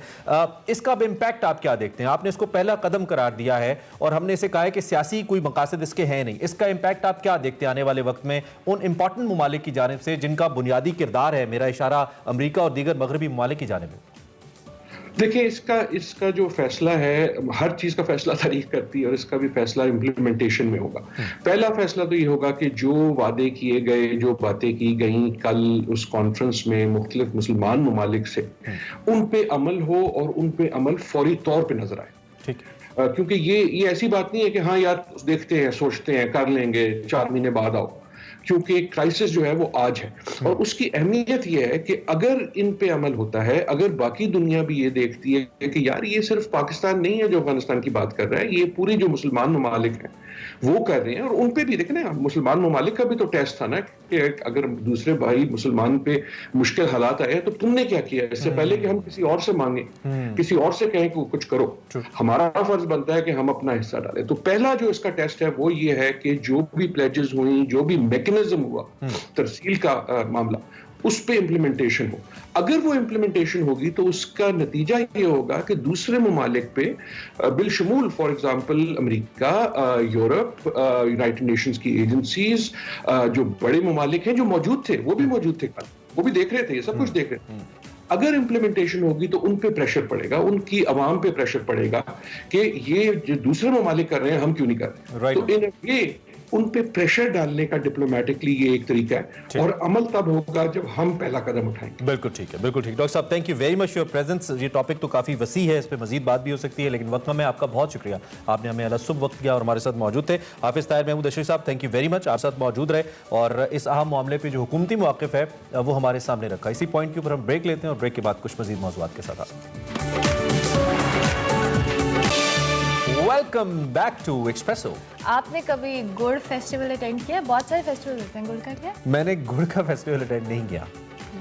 मैंने वर्चुअल अटेंड किया वैसे, अच्छा, ये फैसलाबाद में होता है। It sounds a bit different, मतलब हाँ, इट्स वेरी डिफरेंट, क्योंकि फैसलाबाद में हर साल ये फेस्टिवल होता है जिसमें गन्ने से जो शुगर है, गुड़ है, शक्कर है, ये सारा कुछ वो बनाते हैं। और इसका पर्पस बेसिकली क्या होता है, जो पाकिस्तान की ज़राअत है या नौजवान नस्ल है उसको पता है कि ऑर्गेनिक चीज़ें किस तरह से बनती है। हम तो चीनी का इस्तेमाल करते रहते हैं। अच्छा, जो भी ऑर्गेनाइजर्स हैं उनको मैं जरूर ट्रिब्यूट इस बात पे दूंगा कि उन्होंने गुड़ को एक बहुत बड़े ब्रांड, जो कि पाकिस्तान का बहुत बड़ा ब्रांड है, इससे बड़ी मसनूआत बनती हैं, और फिर आपका जो मुख्तलिफ बीमारियां हैं शुगर वगैरह के हवाले से, उस पर डायबिटीज से लेकर, लेकिन उन्होंने साथ साथ इसको देखो कितना इंटरेस्टिंग बनाया, बच्चों के लिए एक्टिविटीज एंड बड़ा कलरफुल। उन्होंने बताना है बेसिकली कि बच्चों को क्या ऑर्गेनिक चीजें, ये जो आप गन्ने से एक गुड़ का बनना और साथ साथ ये जो शक्कर का बनना, ये क्या प्रोसेस होता है। So want to test it, कैसा होता है और इसकी जो मसनूआत है वो, और वैसे भी बड़ा अच्छा होता है। गुड़ में भी बहुत सारी वैरायटीज होती है, कुछ मेवा जात वाले गुड़ होते हैं, कुछ सादे होते हैं, और वो जब बनते हैं जो मेवा जात वाला अच्छे वाला 2 किलो दे दें आप। अच्छा वाला, ठीक है, मैं आपको बता रही हूँ। एक तो आपको मैं इन्फॉर्मेशन दे रही हूँ, क्योंकि आपने अगर नट्स वाला गुड़ नहीं खाया तो आप जिंदगी में बहुत इंपॉर्टेंट चीज से महरूम है। इमरान यार हम कोशिश करेगा कि करो, ये कोशिश करना पड़ेगा। ये देखो स्क्रीन पे आ रहा है, और ये बहुत मजेदार, बहुत खूबसूरत फेस्टिवल है। और ऐसे फेस्टिवल्स हमें नहीं पता पाकिस्तान की दीगर शहरों में होते हैं, फैसलाबाद में हमें पता चला, तो हमने कहा कि जरूर इसको शामिल किया जाए, अपने प्रोग्राम का हिस्सा बनाया जाए। और गुड़ को वैसे भी अगर आप जिंदगी का हिस्सा, वैसे तो मीठे से दूर रहें, कम खाएं, लेकिन अगर करना ही है तो फिर गुड़ का इस्तेमाल करें, उससे आपकी सेहत भी अच्छी रहेगी और टेस्ट भी बहुत अच्छा है। और फिर इस तरह के फेस्टिवल्स दीगर पाकिस्तान के इलाकों में भी होने चाहिए। लो जी, अब इन्होंने कम प्रमोशन गुड़ की, चले आगे बढ़ते हैं। दिल कर गया है गुड़ से। अब हम आपको खाने पे लेके जाते हैं, और खाने में पीने पे लेके जाते हैं। हाँ, सर्दी नहीं, आपको पता सूप खाते हैं, पीते नहीं है। इट्स वेरी, हाँ, सूप और सब्ज चाय क्या कॉम्बो है। नवाबी फूड्स पे जारी है फरियाल राना, और सर्दियों की जो सौगात है उस पे आज हमें बता रही कैसे बनती है। देखते हैं आज का देसी फूड।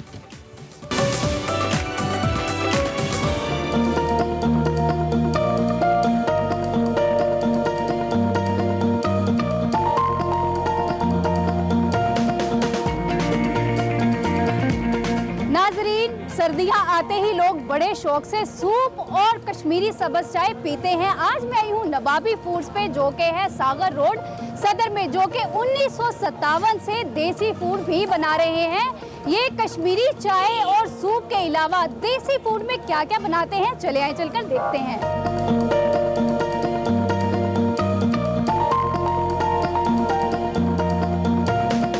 अब अभी क्या पी रही हैं? मैं सूप पी रही हूँ। सूप पी रही हैं? जी। कौन सा सूप पी रही हैं? Hot and sour. अच्छा, तो इतनी सर्दी है बाहर और आप गर्मा गर्म सूप पी रही हैं, तो कैसा टेस्ट लग रहा है आपको? इनका टेस्ट बहुत एक अच्छा है, इनका मयार अच्छा है, तो वो हम इंजॉय करते हैं इनके टेस्ट को। ये रीज़न है कि हम यहीं पे आकर सूप वगैरह या फिर जो चाय होती है वो हम इधर से ही पीते हैं, इसलिए।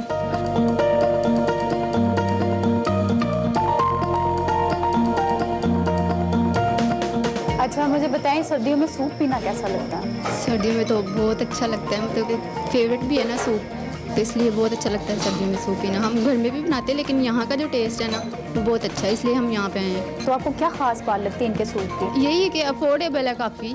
महंगाई तो आपको पता है कितनी हो गई है, और कहीं बंदा जा भी नहीं सकता, जो नहीं अफोर्ड कर सकते वो यहाँ पे आ जाए। आप कौन सा सूप पीती हैं यहाँ से? Hot and salt.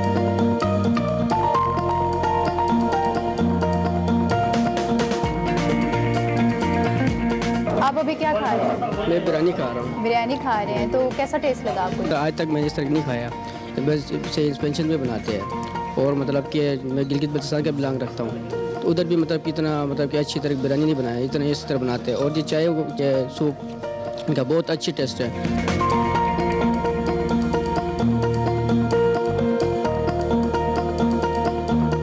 हमारे साथ मौजूद हैं यहाँ के ऑनर अहमद रज़ा खान साहब। आप मुझे बताएं, आपने कब से ये काम शुरू किया?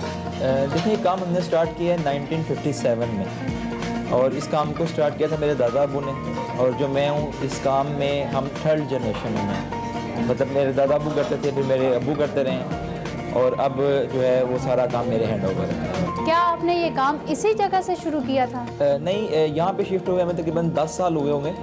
इससे पहले हम ये जो मेन रोड है इसके क्रॉस है कसूर स्वीट, इसके साथ हमारा काम था, और वहाँ से किसी प्रॉब्लम की वजह से हमें वहाँ से मूव करना पड़ा, तो हम यहाँ पे इस टाइम अब जो ये सागर रोड पे आ गए हैं। 1957 में जब आपके दादा जान ने ये काम स्टार्ट किया था, तो सिर्फ एक ही डिश से किया था या बाकी भी थी? जी, जब इसको स्टार्ट किया था तब यहाँ पे दाल चावलों से स्टार्ट किया था, हमारी जो मेन और सबसे पुरानी डिश है वो दाल चावल है, जो 1957 से सदर में चल रहे हैं। और इसके बाद हमने इसमें तकरीबन 20 से 25 साल पहले बिरयानी ऐड की थी।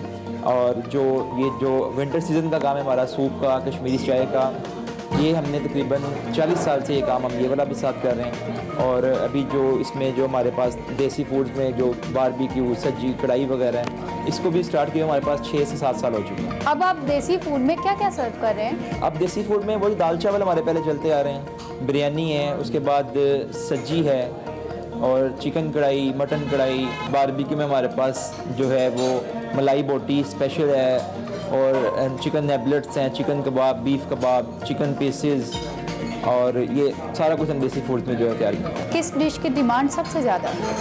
देखें, ये डिमांड होती है सीज़न वाइज।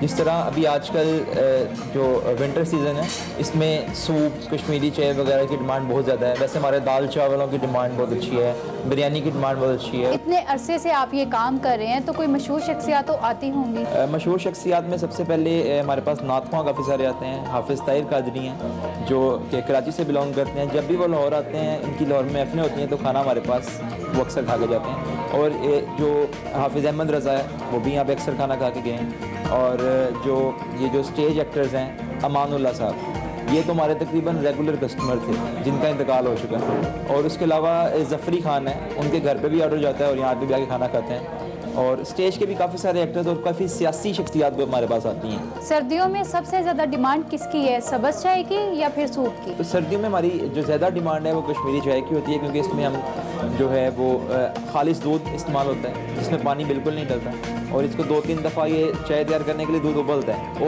और खालिस हो जाता है ये। और उसके बाद इसमें हम बादाम, पिस्ता, मतलब काफ़ी सारे ड्राई फ्रूट इसमें यूज़ करते हैं। फिर उसके बाद इसमें मलाई होती है, तो उस मलाई का भी लोग काफ़ी ज़्यादा टेस्ट देते हैं और 2-2 बार मलाई कहते हैं कि मलाई डाल दें। चाय और सूप के बारे में कस्टमर्स का रिस्पांस कैसा है? देखिए, कस्टमर का रिस्पांस अच्छा है तो अल्हम्दुलिल्लाह ये आपके सामने इतना रश लगा हुआ है और रिपीट कस्टमर है। ये नहीं कि कोई एक दफ़ा आ गया कि दोबारा ना आया। हमारा कस्टमर इतने पुराने कस्टमर है कि शायद मेरे पैदा होने से पहले के भी कस्टमर यहाँ पे आ रहे हैं। बहुत शुक्रिया आपका।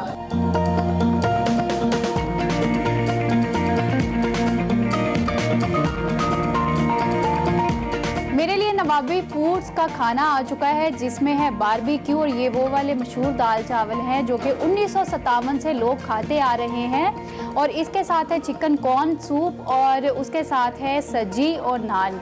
सबसे पहले जो है मशहूर व मारूफ इनके दाल चावल है वो ट्राई करते हैं। नाजरीन, दाल चावल तो बहुत ज़्यादा लजीज है, आप लोग भी एक बार ज़रूर ट्राई करें। सर्दियाँ हो और सब्ज़ चाय ना पी जाए, ऐसा तो हो ही नहीं सकता। अब मैं अपनी सब्ज़ चाय पीऊँगी। अगले देसी फूड तक के लिए मुझे दीजिए इजाज़त। अल्लाह हाफिज़।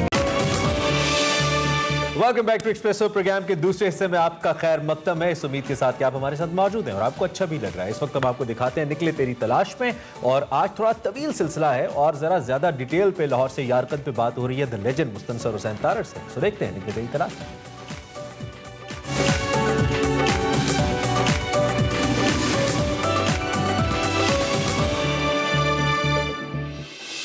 अस्सलाम वालेकुम नाज़रीन, मैं हूं वकार अहमद और आप देख रहे हैं निकले तेरी तलाश में। निकले तेरी तलाश में तारड़ साहब से जो गुफ्तगू है उसका सिलसिला लाहौर से यारकंद जो उनकी किताब है उस हवाले से जारी है। लाहौर से यारकंद एक बहुत ही खूबसूरत किताब, चीनी सफ़रनामा, चीनी तुर्किस्तान की तवील मुसाफ़तों का बयान है। और इस हवाले से बहुत ही ज़बरदस्त किस्म की हमारी अब तक की जो है वो गुफ्तगू रही है। चाइना के हवाले से और स्पेशली सिंकियांग के हवाले से तारड़ साहब का ये कहना है कि हम बहुत कम इल्म हैं, जबकि हमें बहुत ज़्यादा उस खित्ते के बारे में इल्म होना चाहिए क्योंकि वो हमारे बिल्कुल पड़ोस में है और कल्चरल और इस हवाले से एक इन्फ्लुएंस है सेंट्रल एशिया का हमारे इस पूरे खित्ते पर। तो इस हवाले से गुफ्तगू जो है उसका सिलसिला जारी रखते हैं। काशगर में तारड़ साहब संडे मार्केट, और संडे मार्केट जो है उसकी एक अजब शोहरत थी। पुराने जो टूरिस्ट गाइड हुआ करती थी जो बहुत ही फेमस थी, उनमें संडे मार्केट का जो जिक्र है वो इस हवाले से आया करता था कि जब भी काशगर जाएं तो जो कैमरे की रील उस वक्त होती थी तो 3-4 फालतू लेके जाएं क्योंकि संडे मार्केट जो है, जब आप वहाँ पे जाएंगे तो आपकी जो फोटोग्राफी है उसमें जो आपकी जो भी आप रीलें लेके गए हैं वो वहाँ पे कंज्यूम हो जाएंगी, वहाँ ही खत्म हो जाएंगी। संडे मार्केट की एक बड़ी सिग्निफिकेंस थी। तो अब जब आप काशगर गए हैं तो आपने वो संडे मार्केट देखी है, और वो क्या वाकई मतलब इतनी ही खूबसूरत है, इतनी ज़बरदस्त है जितना उसके बारे में कहा जाता है? अच्छा, मैंने भी बहुत पढ़ा था काशगर के बारे में, जितने भी मतलब के तस्वीरी किताबचे थे उनमें संडे मार्केट, आधी संडे मार्केट भरी हुई। अच्छा, और वो बड़ी फैसिनेटिंग चीज़ थी, दूर दूर से लोग आते थे। आप यूँ समझ लीजिए कि एक जिस तरह अपने जो है किसान लेके आते हैं अपना प्रोडक्ट्स जी, तो उन प्रोडक्ट्स में मतलब है कि खाने पीने की भी अशिया थी, उनमें मतलब है कि हैंडीक्राफ्ट्स भी थी, उनमें भेड़ बकरियां भी थी, घोड़े भी थे, मतलब एक मवेशी मंडी भी साथ थी जी। तो बहुत एक कलरफुल मुख्तलिफ हिस्सों से, सिंकियांग के मुख्तलिफ हिस्सों से लोग आते थे, और मैं भी बहुत शायक था। चुनांचे ख़ास तौर पे मैंने कहा कि जी मैंने वहाँ जाना, वो हमें ले गए, और वहाँ क्या देखते हैं कि एक सुपर मार्केट बनी हुई है। अच्छा, तो मैंने कहा भी वो कहाँ है? कहने लगे जी वो ख़त्म हो गई है, और वो सारा कुछ यहाँ पे दुकानों में आ गया, क्योंकि काशगर बड़ा हो गया और गुंजाइश नहीं थी कि वहाँ इस किस्म का मेला, तो वो रस्म जो है मेले की वो ख़त्म हो गई है। अब वो दुकानें हैं अंदर, और दुकानों में भी माशाल्लाह जितने कुरान पाक हैं वो सारे हमारे कश्मीरी बाज़ार लाहौर के छपे होते हैं। हैंडीक्राफ्ट जितनी हैं वो काफ़ी से ज़्यादा पाकिस्तानी होती हैं, लेकिन काशगर की वो जो फैसिनेशन थी ना संडे मार्केट वाली, वो ख़त्म हो गई। तार साहब, आपने उरुमची से फिर काशगर आए, काशगर से फिर आपने एक बड़ा ही यादगार सफ़र खुंजराब की जानिब किया, पाकिस्तान की जानिब किया। तो जब आप काशगर से खुंजराब की तरफ आते हैं या खुंजराब से काशगर की तरफ जाते हैं तो कराकुल लेक आती है, कराकुल झील आती है, जो कि एक बड़ा अहम माइलस्टोन, एक अहम संगमील तस्वर किया जाता है इस पूरे सफ़र में। और उसके पीछे एक 7000 भी है जिसका अक्स जो है वो उस झील में आता है, और वो एक उसकी बड़ी हमने खूबसूरत तस्वीरें देख रखी हैं। पाकिस्तानी झीलों से उसको मवाजना किया जा सकता है। उस झील को बेसिकली मैं पूछना ये चाह रहा हूँ कि उसको आप कहाँ रैंक करेंगे खूबसूरती के हवाले से, कराकुल लेक को? कहीं भी नहीं, वो सिवाय इसके कि उसका नाम कराकुल लेक है और कराकरम और सारा उसके वो है, वो बस पानियों का एक ज़ख़ीरा है जिसको आप इमेजिनेशन के ज़ोर पे आप रोमांटिक हो सकते हैं, अदरवाइज उसका कोई कंपैरिजन नहीं पाकिस्तानी झीलों में। अच्छा तार साहब, जब हम यहाँ से खुंजराब से सफ़र करते हैं काशगर की जानिब, तो जो अहम तरीन पहले कस्बा आता है ताशकुरगान, और ताशकुरगान जो है उसकी एक हिस्टोरिकल, एक तारीखी उसका पस मंज़र भी है, बहुत ही कमाल एक कस्बा है। और आप यकीनन ताशकुरगान रुके, और उस ताशकुरगान के हवाले से आपने बड़ी तफसीली अपनी किताब में लाहौर से यारकंद में उसका जिक्र भी किया। ताशकुरगान के बारे में थोड़ा सा बताइए, ये बड़ी तिलिस्माती किस्म का एक कस्बा है, तिलिस्माती सा एक शहर कह लें। ताशकुरगान का मैंने नाम सुन रखा था, लेकिन मैं ख्वाब भी नहीं देख सकता था कि वो इतना फैसिनेटिंग सिटी। अच्छा, क्योंकि यहाँ से जितने लोग जाते हैं वो ताशकुरगान की किसी सराय होटल वगैरह में रात को पहुँचते हैं, अगली सुबह पूरा काशगर जा। ताशकुरगान किसी ने देखा ही नहीं था जो मुझसे डिस्क्राइब, ना इसकी तारीख थी। ताशकुरगान का मतलब होता है पत्थर का किला, और वहाँ एक पहाड़ी के ऊपर वो किला है। अच्छा, उसमें पत्थर है लेकिन गारे और उसका बना हुआ है, और बड़ी एक सल्तनत थी, ऑब्वियसली एक और सल्तनत थी, मुसलमान सल्तनत थी ताशकुरगान की, और उसमें मैंने एक कदीम मस्जिद भी दरियाफ्त की। और इतना पुराना है वो कि वहाँ से जो काफ़िले गुजरते थे, सिल्क रोड के बुनियादी काफ़िले जो थे वो ताशकुरगान से गुजरते थे, यानी 2-3 जो रूट थे उसमें ताशकुरगान शामिल था। और उसका एक बहुत बड़ा प्रूफ, मैं ख़ास तौर पे वहाँ पे गया हूँ, और वहाँ पे एक आतिश कदे के आसार हैं, यानी उन ज़मानों में जब ईरान में आतिश परस्त थे, ये उन ज़मानों की यादगार है, यानी वो भी यहाँ से गुजरते थे तो उन्होंने अपने लिए, और डेफिनेटली वहाँ पे सेटल भी हुए हैं। और ह्यून सॉन्ग के बारे में भी कहा जाता है कि वो वहाँ से गुजरा था। तो ताशकुरगान की एक तो सर्दी बहुत होती, यानी मई की 5-6 थी, ठीक है, और इतनी ज़्यादा सर्दी थी कि हम बर्दाश्त नहीं कर पा रहे थे। और हीटिंग होटल की इसलिए बंद थी कि ऑफिशियली तौर पे 1 मई को गर्मियाँ शुरू हो जाती हैं, लेकिन हमारी गर्मियाँ नहीं शुरू हुई 6 मई को, तो हम तो बुरा हाल था। खैर वो एक अलग दास्तान है। लेकिन होटल में दाखिल हुए एक ही था, उसका नाम भी मतलब पत्थर का होटल टाइप था, क्योंकि ताशकुरगान पत्थर के, वहाँ पत्थर का ही है रेफरेंस हर जगह। तो वहाँ तकिए पड़े हुए थे, येलो रंग के। तो हमने कहा ये अजीब भाई ये हैं एक और ट्राइब्स वाले, ये कैसे तकिए रखे हुए हैं अजीब से। तो मैंने उससे पूछा गाइड से, मैंने कहा ये तकिए अजीब से हैं, उसके रबड़ के बने। कहने सर ये तकिए नहीं है, ये रात के लिए आपकी ऑक्सीजन सप्लाई है। अगर आपका सांस कम हो जाता है तो आप ये जो नलकी लगा के इसके ज़रिए आप सांस ले सकते हैं। और फिर मुझे फ़ौरन याद आया कि उसकी हाइट जो है वो मेरा ख्याल है ऑलमोस्ट 10-12,000 ताशकंद की। जिस तरह आप लद्दाख वगैरह जाते हैं तो वहाँ भी सुना है कि होटलों में ऑक्सीजन सप्लाई की जाती है, तो शॉर्ट ऑफ ऑक्सीजन। दूसरी जो मोस्ट इम्प्रेसिव चीज़ है ताशकंद, वो उसके गिर्द फैली हुई चरागाहें ग्रीन, और बर्फपुश पहाड़ हैं और उनमें युर्त है, और वो एक अजीब ख्वाबनाक मंजर है। और मैं समझता हूँ कि उसको ज़्यादा प्रोजेक्ट नहीं किया गया। मतलब यहाँ पे पाकिस्तान में वहाँ के तो लोग जानते हैं जी। और एक और अहम बात मैं अर्ज़ करना चाहता हूँ कि जो शाहीन का कॉन्सेप्ट है जी, वो अगरचे हमने अल्लामा इकबाल के हवाले से अपनाया हुआ है। दुनिया के बहुत सारे मुल्कों में शाहीन की इज़्ज़त की जाती है, परस्ती की जाती है। हम तो सिर्फ शायरी में करती हैं। आई डाउट वेरी मच कि एवरेज पाकिस्तानी ने कभी कोई शाहीन उकाब वगैरह सचमुच देखा हो, ज़्यादा से ज़्यादा चीज़ें देख लेते। तो शाहीन का टोटल कॉन्सेप्ट जो है ना, ये सेंट्रल एशिया से आया। It has nothing to do with इस खित्ते से, ठीक है। यहाँ उकाब पाए जाते हैं, अरब बिरादर जो है उकाबों के शौकीन है, लेकिन उकाब सिर्फ 2 खित्तों में ऑलमोस्ट लाइक ए गॉड उसकी परस्ती की जाती है। एक मंगोलिया, ठीक है, और एक सेंट्रल एशिया, ये हिस्सा। और आप देखिए कि क्योंकि स्कर्दू वगैरह जो है ये वही चेन है, मुंसलिक है। स्कर्दू का जो मरकजी चौक है उसमें जो एक यादगार है उसके ऊपर उकाब बना हुआ। बिल्कुल। चुनांचे वहाँ पे बाकायदा एक म्यूज़ियम में उकाब का हिस्सा था।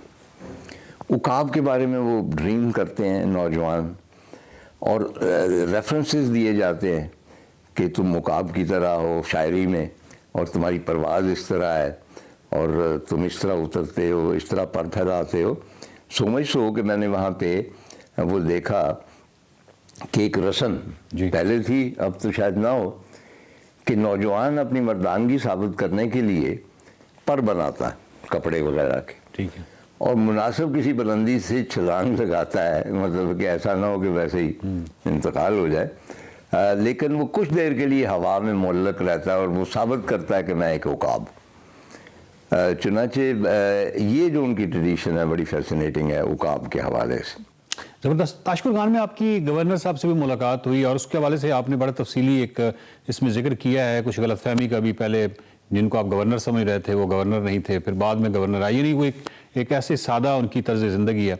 तो इसके हवाले से थोड़ा सा बताइए, जो ताशकंद में आपको गवर्नर साहब मिलने आए थे, ताशकंद के जो गवर्नर आपको मिलने आए थे। अच्छा, ताशकंद में मालूम हुआ गवर्नर साहब मिलने आ रहे हैं जी। हमने ऑनर्ड फील किया और बहुत फौरी तौर पे अच्छे हमने लिबास पहने और अपनी अंग्रेज़ी उर्दू पंजाबी जो भी थी ज़रा पॉलिश की गवर्नर साहब। अब देखा एक साहब चले आ रहे हैं एक पुरानी सी गाड़ी में, वहाँ पे खड़ी की है, तो वो आए, उन्होंने हाथ वाथ मिलाया, कहने लगे गवर्नर साहब। वहाँ पे इस किस्म का कोई कॉन्सेप्ट नहीं है जो हमारे यहाँ है। ताशकंद के गवर्नर जो थे वो बिल्कुल मतलब कि आप समझ लें कि वो एक एडमिनिस्ट्रेटर थे, और ना उनके साथ गार्ड से ना कोई और सिलसिला था।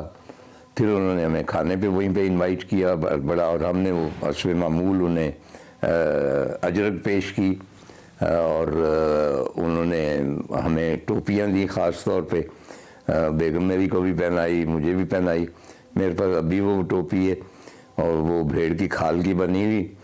तो मैंने पूछा कि ये को ख़ास इसका कॉन्सेप्ट है। अच्छा। तो वो कहने लगे कि जी हमारे यहाँ जब चरवाहे, क्योंकि ज़्यादातर चरवाहे हैं, शेपर्ड्स हैं, वो जब दूल्हा बनते हैं तो इस किस्म की टोपी पहनते हैं, उसके ज़रिए से भी लगी, तो जब भी दूल्हा बनने को जी चाहता है हम वो टोपी पहन लेते हैं। ताहिर साहब, रहमत रहमत आओ आओ हमारे युर्त में आओ। ताजिक लोगों से आपकी मुलाकात हुई, वो जो ताजिक खाना बदोश हैं। जब आप ताशकंद से खुंजराब की जानिब आपका सफ़र स्टार्ट होता है और रास्ते में आपकी मुलाकात होती है, और ये जो खाना बदोश हैं ये कदीम ज़मानों से इसी तरह खाना बदोश हैं, और एक ख़ास जाविये से देखें तो ऐसे लगता है जैसे ये हमसे तो कम से कम बहुत ज़हीन लोग हैं जिन्होंने बहुत खूबसूरत दुनिया ये देखी है और उनका एक लाइफ स्टाइल है अपना एक ख़ास खूबसूरत। तो रहमत आओ हमारे युर्त में आओ, आप उनके युर्त में गए, ताजिक लोगों से मिले, ताजिक लोगों से ये आपकी जो मुलाकात थी ये कैसी रही? जी वो ये लोग मतलब ये मेरे कबीले के हैं ना खाना बदोश तो उनके युर्त है वहाँ पे। तो एक जगह हमने देखा कि वहाँ पे वो भेड़ों का दूध दो रहे हैं और ख़वातीन है। तो हमने अपने जो गाइड थे उनसे दरख्वास्त की तो वो रुक गए, उनसे बात की, बहुत खुश हुए। अच्छा मुझे पता ही नहीं था कि भेड़ों को भी दूध होता, हम तो बकरियों तक ही महदूद थे ना। तो वो हमने बाकायदा वो बुढ़िया जो थी वो मुझे आके कहने लगी कि अगर तुम दूध दोना चाहती हो तो मैंने कहा भाई हमारे यहाँ तो भैंसें होती हैं, हम उनका नहीं दो सके तो ये तो फिर भेड़े। तो एक चीज़ जिसने मुझे बहुत मुतासर किया और खुश किया कि ये नाम से लगता है ना खाना बदोश हैं, चरवाए हैं, लेकिन they are very well off. और उनकी जो लड़कियां 2-3 थीं फुल बूट उन्होंने पहने हुए और लेटेस्ट जो फैशन थे पेरिस और लंदन के, और जाहिर है कि वो काफ़ी शुदा थे लेकिन वो सारे उन्होंने कपड़े पहने हुए और उसके साथ भेड़ें धो रही। डॉक्टर साहब आपने खाना बदोशों पे बहुत सारा लिखा है और खाना बदोशों के हवाले से आपकी तहरीरों में जा बजा तज़किरे मिलते हैं। तो आपने जब इन खाना बदोशों को देखा जो कि ताजिक थे, तो अब ये जो मतलब खाना बदोशी का जो एक तर्ज ज़िंदगी है उसको अब इस जदीद दुनिया में कोई ख़तरात लाहक हैं और मतलब वो कम हो रहे हैं या वो इसी तरह ही हैं जिस तरह कदीम अदवार से वो एक तर्ज ज़िंदगी चला आ रहा है, तो या इनको अब ख़तरा लाहक है? चाइनीज़ गवर्नमेंट ने इनके लिए बेशुमार मकान बनाए खाना बदोशों के लिए, शायद मैं पहले भी तज़किरा कर चुका हूँ। तो उसमें सारी फैसिलिटीज़ टीवी भी, फ्लश सिस्टम, ये वो।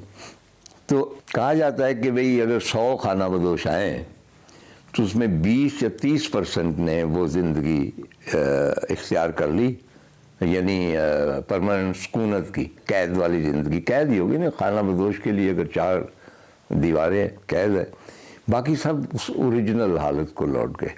क्योंकि जो एक दफ़ा आवारा हो जाता है, आप इमेजिन करें ना कि पूरे माउंटेन्स वो और उनके, और वो ये कहते हैं कि हमारे आबाओ अजदाद की कब्रें भी इन्हीं चरागाहों में और माउंटेन्स में है, और हमारे दादा की परदादा की, कि जहाँ पे फौत हुआ कोई तो वहीं दफन कर दिया। अब उनको पता है कि कब्रें कहाँ तो हम नहीं होंगे तो इनकी देखभाल कौन करेगा। चुनाचे बेशतर अब भी थी, मतलब एक फोर्स नहीं उनको किया जाता, लेकिन अब भी वो खाना बदोश है और वेल ऑफ है। मतलब कि मेरा ख्याल था कि गरीब होंगे, ऐसी कोई बात नहीं।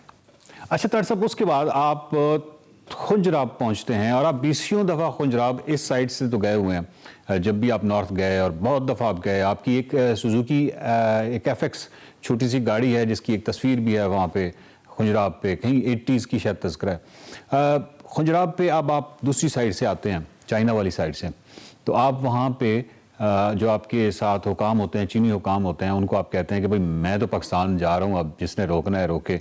और आपकी जो ये इससे मिज़ाह है इसको बहरहाल वो नहीं समझ पाया और वो बहुत संजीदा हो गए और इसका आपने काफ़ी जिक्र किया है, इसका अहवाल दिया। तो आप ये बताइए कि वाकई वैसे आपका दिल तो कर रहा होगा कि यहाँ से आगे कितनी दूर है, मतलब ये सुस्त है और उसके बाद पस्सू है, उस हुंजा है, गिलगित है और फिर बिशाम और पिंडी और लाहौर, तो आपका अंदर से दिल भी किया था? वकार बात ये है कि जब कहीं भी जाएं, दुनिया के बेहतरीन मुल्कों में जाएं और किसी ऐसी जगह जाएं जहाँ के बॉर्डर हो और बॉर्डर के पार पाकिस्तान हो ना हो, एक और मुल्क जी, उसके बाद एक और मुल्क, उसके पार पाकिस्तान हो, तो मेरा जी चाहता है कि इन 2 मुल्कों को क्रॉस करके वहाँ तक पहुँच जाए। मतलब मैं वियतनाम गया, बेटा स्मैर जो था वहाँ पे एम्बेसी में, तो हम गए चाइना वियतनाम के बॉर्डर। तो मैंने अपने पोते से कहा कि वो कहने का दादा क्या बात है, आप इंजॉय नहीं कर रहे? मैंने कहा बेटे ये दरिया सा है छोटा सा, उसके पार चाइना तुम देख रहे हो, लोग आ जा भी रहे हैं तो चाइना में अगर चलते जाओ ना तो 2-3 हज़ार किलोमीटर, तो फिर खुंजराब पास आ जाएगा और वहाँ पाकिस्तान होगा। तो ये ख्वाहिश वतन की जो है ये हम वक्त मौजूद रही थी। तो जब हम गए ताशकरगान से, और बिल्कुल फ्लैट एरिया था, हाइट बहुत थी, थोड़ी सी चढ़ाई आई और खुंजराब आ गया। हमारे यहाँ तो बहुत पुरपेच है ना आगे, वहाँ पे बिल्कुल फ्लैट।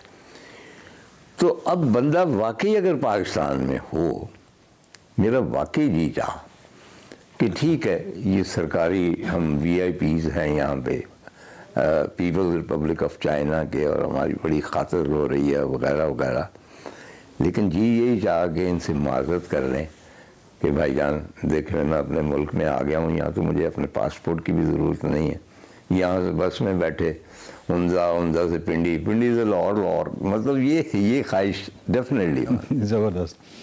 ताहिर साहब से गुफ्तगू का सिलसिला जो है वो जारी है, और खुंजराब से फिर इनकी जो वापसी का सफ़र है, फिर दोबारा वापस काशगर, और फिर वहाँ से ये झारखंड की तरफ जाते हैं, जहाँ का बहुत ही मुफस्सल अहवाल जो है इन्होंने अपनी किताब में लिखा है। और झारखंड से इस कदर ताहिर साहब मुतासिर हुए कि नाम जो है किताब का वही लाहौर से झारखंड है। तो झारखंड के हवाले से अगली जो किस्त होगी हमारी, उसमें गुफ्तगू होगी। उस वक्त तक के लिए इजाज़त दीजिए, देखते रहिए निकली तेरी तलाश। Welcome back to express. आगे बढ़ते हैं और बात करते हैं दुनिया भर में पाकिस्तान का नाम रोशन करने वाले एक और उभरते स्टार्स के अंदर जो मुख्तलिफ है, उनमें एक और सितारे का इजाफा हुआ है। वो है आसिफ हज़ारा, जिन्होंने गुज़िश्ता हफ्ते दुबई में होने वाली एशियन बॉक्सिंग फेडरेशन का टाइटल अपने नाम कर लिया, पाकिस्तान का नाम रोशन कर दिया। आसिफ हज़ारा पाकिस्तान बॉक्सिंग फेडरेशन के साबिक कप्तान भी रह चुके हैं, और उन्होंने एशियन बॉक्सिंग फेडरेशन में अपने जो मुख्तलिफ फाइट्स हैं वो भी की हैं, मुख्तलिफ टाइटल्स अपने नाम किए हैं, और इस वक्त हमारे साथ मौजूद हैं। और हमारे साथ आसिफ हज़ारा मौजूद हैं। आसिफ, आपको खुशामदीद कहेंगे और बहुत मुबारकबाद कि आपने एशियन बॉक्सिंग जो फेडरेशन है उसका टाइटल अपने नाम किया। सबसे पहले तो आपके इस कंपटीशन के हवाले से, इस मुकाबले के हवाले से हम जानना चाहेंगे कैसा रहा आपका ये कंपटीशन? अस्सलाम वालेकुम। सबसे पहले आप लोगों को बहुत शुक्रिया जो मुझे इंटरव्यू के लिए इन्वाइट किया, और ये जो मेरा प्रोफेशनल करियर का दूसरा फाइट था, और इसमें मैंने एशियन टाइटल अपने नाम कर दिया, और क्योंकि मेरा फ्रेंड बहुत स्ट्रॉन्ग था, वेगेंडा का था, देख आप देखते हैं यहाँ पर मुझे कट आई है, क्योंकि उसमें मैं बहुत टफ फाइट लड़ी, और आखिर मैंने लड़ी और मैंने वो फाइट विन किया अल्हम्दुलिल्लाह। आसिफ, ये कट उस फाइट के बाद आया, यहाँ पे पंच हिट हुआ? जी, वो क्योंकि मेरा लीड उसके ऊपर ज्यादा हो रही थी, फिर उसने मुझे टक्कर लगाई 2-3, एक यहाँ पे लगी, फिर यहाँ पे लगी। जी माय गुडनेस। ओके चलें, शुक्र है। आप रिकवर कर गए या कितना अभी टाइम चाहिए रिकवर करने के लिए? हाँ बिल्कुल, आवाज नहीं आपसी। मैंने कहा रिकवर कर गए हैं, जख्म ठीक हो गया या अभी वक्त चाहिए इसको ठीक हो? अभी क्योंकि डॉक्टर थोड़ा रेस्ट दिया और बोले को थोड़ा मेडिसिन दिया भी के लिए खून बहाया, इसका मतलब है, इसमें तो कोई दो राय नहीं है। आपने टाइटल माशाल्लाह अपने नाम किया। आसिफ, आपकी इस जो बॉक्सिंग की फील्ड है, इससे वाबस्तगी के हवाले से जानना चाहेंगे, कैसे आप वाबस्ता हुए? आपको शौक था या आपकी फैमिली में कोई ऑलरेडी बॉक्सर था जिसको देखकर आप उससे इंस्पायर और आपने ऑप्ट किया ये स्पोर्ट? जी बिल्कुल, देखिए अगर आप बॉक्सिंग के हवाले से बात करें, बलूचिस्तान में जो कोयठा में हमारे कम्युनिटी के लोग, हज़ारों लोग, वो लोग को बहुत मार्शल आर्ट्स स्पोर्ट्स में बहुत दिलचस्पी है, जैसा कि बॉक्सिंग हो गया, कराटे हो गया, फुटबॉल हो गया, ताइक्वांडो हो गया। और हमारे जो इलाके में होते हैं वहाँ पर खासकर रमज़ान में इफ्तारी के बाद लोगों को बॉक्सिंग करवाते हैं, शौक से लोग आते हैं। अच्छा। और आपस में पाल करवाते, जो जीते उसको ट्रॉफी देते, कोई इनाम देते। ये रिवायती शौक है मुझे घर से, इलाके से, और वहाँ से मुझे शौक आया, मैंने बॉक्सिंग ज्वाइन की। नहीं, इसमें कोई शक नहीं है कि आपकी जो हज़ारा कम्युनिटी है ये बहुत टैलेंटेड कम्युनिटी है, और स्पोर्ट्स में मेल्स क्या फीमेल्स ख़वातीन बड़ी ज़बरदस्त हैं। तो आप अपने आसपास किसी और अपने फेलो को भी अपनी कम्युनिटी में तगड़ा बॉक्सर पाते हैं, या उनमें से आप ही सबसे तगड़े हैं जो इंटरनेशनल जाके खेल रहे हैं? आपके आसपास और भी हैं प्लेयर्स अच्छे? नहीं जी बिल्कुल, देखिए बलूचिस्तान में हज़ारा कम्युनिटी के बॉक्सिंग जो पाकिस्तान लेवल के बहुत है। इससे पहले इब्रार सिंह जो डायरेक्टर स्पोर्ट बोर्ड था उसको शहीद किया, उसके बाद असगर रिशाद था ओलंपियन बॉक्सर, असगर चिंगेजी था, हैदर अली था ओलंपियन। ऐसे बहुत से नामवर बॉक्सर हमसे पहले रह चुके हैं हज़ारों में, बल्कि पाकिस्तान के स्टेट भी अच्छे बॉक्सर रह चुके हैं सारा। उन लोगों को मैं देखकर और मोटिवेट होता हूँ, क्योंकि मैं कहता हूँ उसका नाम रखना चाहिए पाकिस्तान में बॉक्सिंग के हवाले से। सही, ठीक हो गया। आसिफ, आप बॉक्सिंग फेडरेशन के साबिक कैप्टन भी रह चुके हैं। हम किस तरह की ओवरऑल, अगर हम पाकिस्तान की और अगर आपकी कम्युनिटी में, आपने जैसा कहा कि बहुत सारे लोग हैं जो बॉक्सिंग करते हैं, अब किस तरह से इम्प्रूव कर सकते हैं पाकिस्तान में स्पोर्ट को लेकर? क्योंकि आपने भी बहुत सारे चैलेंजेस ऑब्वियसली फेस करके आप इंटरनेशनल लेवल तक पहुंचे होंगे। आपके नज़दीक कौन कौन से इकदाम करने चाहिए? जी बिल्कुल, देखिए सबसे पहले पाकिस्तान स्पोर्ट बोर्ड को सही से ग्रांट देना चाहिए, पाकिस्तान बॉक्सिंग फेडरेशन को। फिर वहाँ पे अगर वो लोग नहीं कर सकते, जैसा कि हमारे कंपनीज दे साल कोर्स के, उन लोगों को आगे होना चाहिए ताकि मजीद लड़कों को सपोर्ट करे। और क्योंकि बलूचिस्तान में खासकर बॉक्सिंग का रुझान बहुत ज्यादा है, टैलेंट, क्योंकि वहाँ बहुत से लोग शौकीन भी है और सारे गरीब मजदूर लोग हैं, कोई काम कि आप कह रहे हैं कि शौक ऑलरेडी लोगों के अंदर है, थोड़ा सा अगर उनके साथ हुकूमत अब सपोर्ट कर दे, उनको अच्छे रिंग्स बना के दे दिए जाएं, अच्छी ट्रेनिंग फैसिलिटीज़ दे दी जाएं, तो वो लोग टैलेंट ऑलरेडी उनके अंदर है और वो प्रूव कर सकते हैं, जैसा कि आपने किया।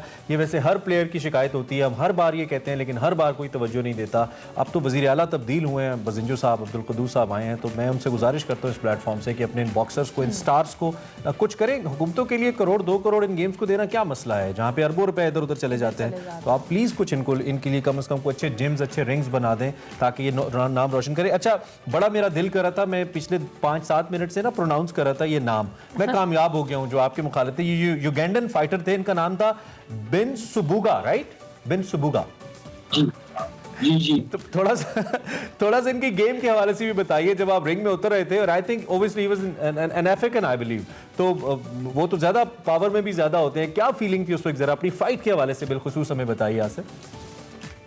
जी देखिए, जो काले लोग होते हैं ना, अफ्रीकन वाले, ये लोग बहुत स्ट्रॉन्ग होते हैं, ठीक है। फिर क्योंकि मैं इससे लड़ रहा था, दूसरे राउंड में जो टक्कर लगा, फिर कोच ने आवाज दे दी कि आसिफ थोड़ा ख्याल करो, आपको टक्कर लगा रहे। फिर मैंने आउट क्लास खेल अपने स्कोर बढ़ाया, और उसने बहुत कोशिश की मुझे डैमेज होने की, क्योंकि वो जब टक्कर आती है वो लेफ्टी देखते, जब तक लेफ्टी अगर इशारा नहीं करे जजेस को कि ये टक्कर मारे हेड से, फिर वो टक्कर तो फाउल होता है ना, वैसे टक्कर का पॉइंट फाउल होता है। जी ठीक है। तो आपको टेक्निकल अकाउंट देते हैं, उशू करते, फिर इसलिए कोच कहते हैं कि मेरा कोच, क्योंकि उसने मुझे गेम देखा है तो उसने बोला कि आउट क्लास के लिए उसको। ठीक है आसिफ, तो आपने इस फाइट में जितना टाइम लिया, आप उस टाइम से, क्योंकि जब आप ट्रेनिंग करते हैं तो आप ये भी मद्देनजर रखते हैं कि आपने पॉइंट्स टेक्निकली कैसे लेने हैं। ये गेम सिर्फ पावर का गेम नहीं है, ये बहुत ही टेक्निकल गेम है कि आपने पॉइंट्स कैसे लेने हैं, सिर्फ आपने पकड़ के मारना नहीं अगले को। तो आपने जो वक्त लिया, जितनी फाइट आपकी चली, उससे आप मुतमईन हैं, या आप कहते हैं कि नहीं, इसे मजीद इंप्रूव करना है, नॉकआउट करना है और आगे बढ़ना है, ऑन अ बिगर लेवल? मैं इंशाल्लाह देख, मैं इस पर अपने जो गलती थी मैंने देख लिया, उस पर वर्क करने और इंशाल्लाह आगे वो करने। और मुझे बहुत से अच्छे कोचेस ने भी कहा कि आप इंशाल्लाह एक दिन वर्ल्ड चैंपियन बनोगे, क्योंकि सबसे टफ फाइट मेरे इवेंट में रहा था। सब तमाशाई भी खुश थे, क्राउड भी खुश थे, और इवेंट जो सुपरवाइजर थे वो भी कह रहे थे माशाल्लाह इसने बहुत अच्छी फाइट लड़ी है और बहुत क्लोज फाइट की है।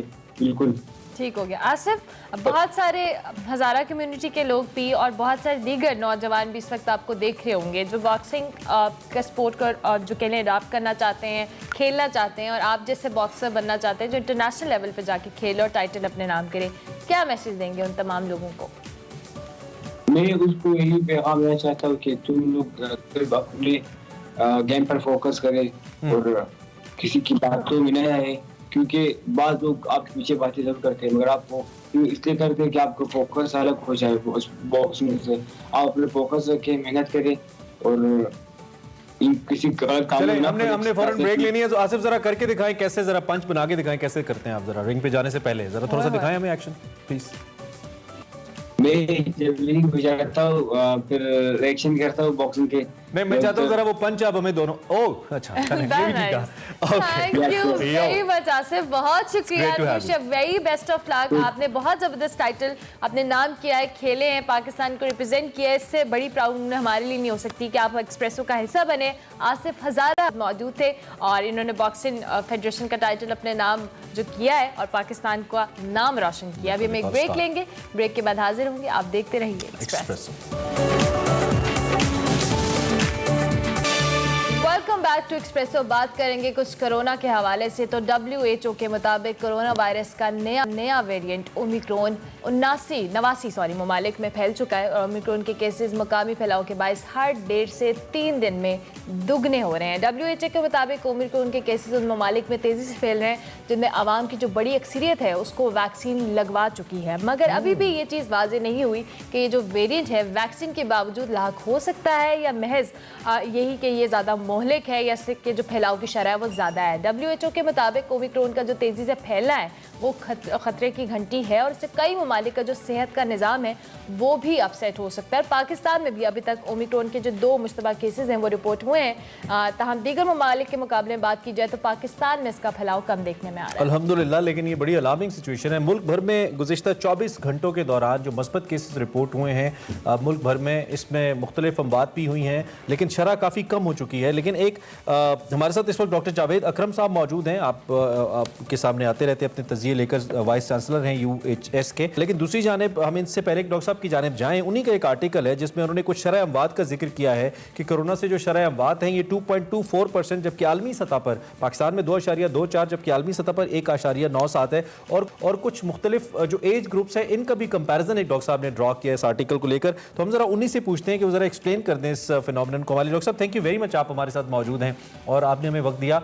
इस आर्टिकल के मुताबिक तो बज़ाहिर ऐसा लगता है कि आप ये कह रहे हैं कि पाकिस्तान में जो शरह अमवात है वो ज़्यादा है, मोर्टेलिटी का पाकिस्तान में मसला ज़्यादा है, नंबर 1। क्या ये सिर्फ ओमिक्रॉन को है, ये ओवरऑल आपने एनालिसिस करने की कोशिश की और जो WHO कह रहा है वो कितना खतरनाक है पाकिस्तान के लिए? बहुत शुक्रिया इमरान। देखें, हर चीज़ की एक कीमत होती है, प्राइस टैग होता है, मुफ्त तो कुछ नहीं आता। तो जो ममालिक खासकर मगरबी ममालिक, अमेरिका हो गया, यूरोप हो गया, जो अपने लोगों पे, हेल्थ पे, निज़ाम पे ज़्यादा खर्चते हैं, जाहिर है उनकी शरह अमवात कम ही होगी। आप बहुत मुआवजना कर लें इटली और फ्रांस का। फ्रांस में शरह अमवात बहुत कम हुई कोरोना से और इटली में एक जैसी आबादी है लेकिन ज़्यादा हुई, इसलिए कि फ्रांस के पर 1000 जो वेंटिलेटर्स हैं उनकी पॉपुलेशन के वो दुगने हैं दैन इटली। तो हम बहुत पीछे हैं। हम 1.2% ऑफ GDP खर्चते हैं हेल्थ पे और ये दुनिया में तो कम है, ये इस खित्ते में भी बहुत कम है। हमसे अफगानिस्तान ज़्यादा खर्च रहा है इन के बावजूद, और इंडिया तो खैर बहुत बेहतर खर्च रहा है। तो इसलिए मैं समझता हूँ जब तक हेल्थ प्रायोरिटी नहीं होगी, हमारी प्रिपेयर्डनेस नहीं होगी इन कैलेमिटीज पे जो आती रहेंगी, ये कोविड आखिरी नहीं है। आइंदा अगर कहीं भी 60-70 लाख लोगों ने मरना होगा तो ये न्यूक्लियर बॉम्ब से अनलाइकली है कि मरे अगले 50 साल में, मोर लाइकली एक माइक्रोब से मरेंगे। तो इसलिए जो भी डिसीजन मेकर्स हैं, लीडर्स हैं, उनको अपनी रीअलाइन करनी चाहिए प्रायोरिटीज, और शरह अमवात तभी कम होगी जब हम स्पेंडिंग करेंगे हेल्थ पे। और हमारी प्रॉब्लम ये है कि हम क्वांटिटी तो कम स्पेंड कर ही रहे हैं, हमारी क्वालिटी ऑफ स्पेंडिंग भी बहुत इर्रेशनल है। और इर्रेशनलिटी उसमें ये है कि एग्रेसिव नेचर की है, इशू बेस्ड स्पेंडिंग है।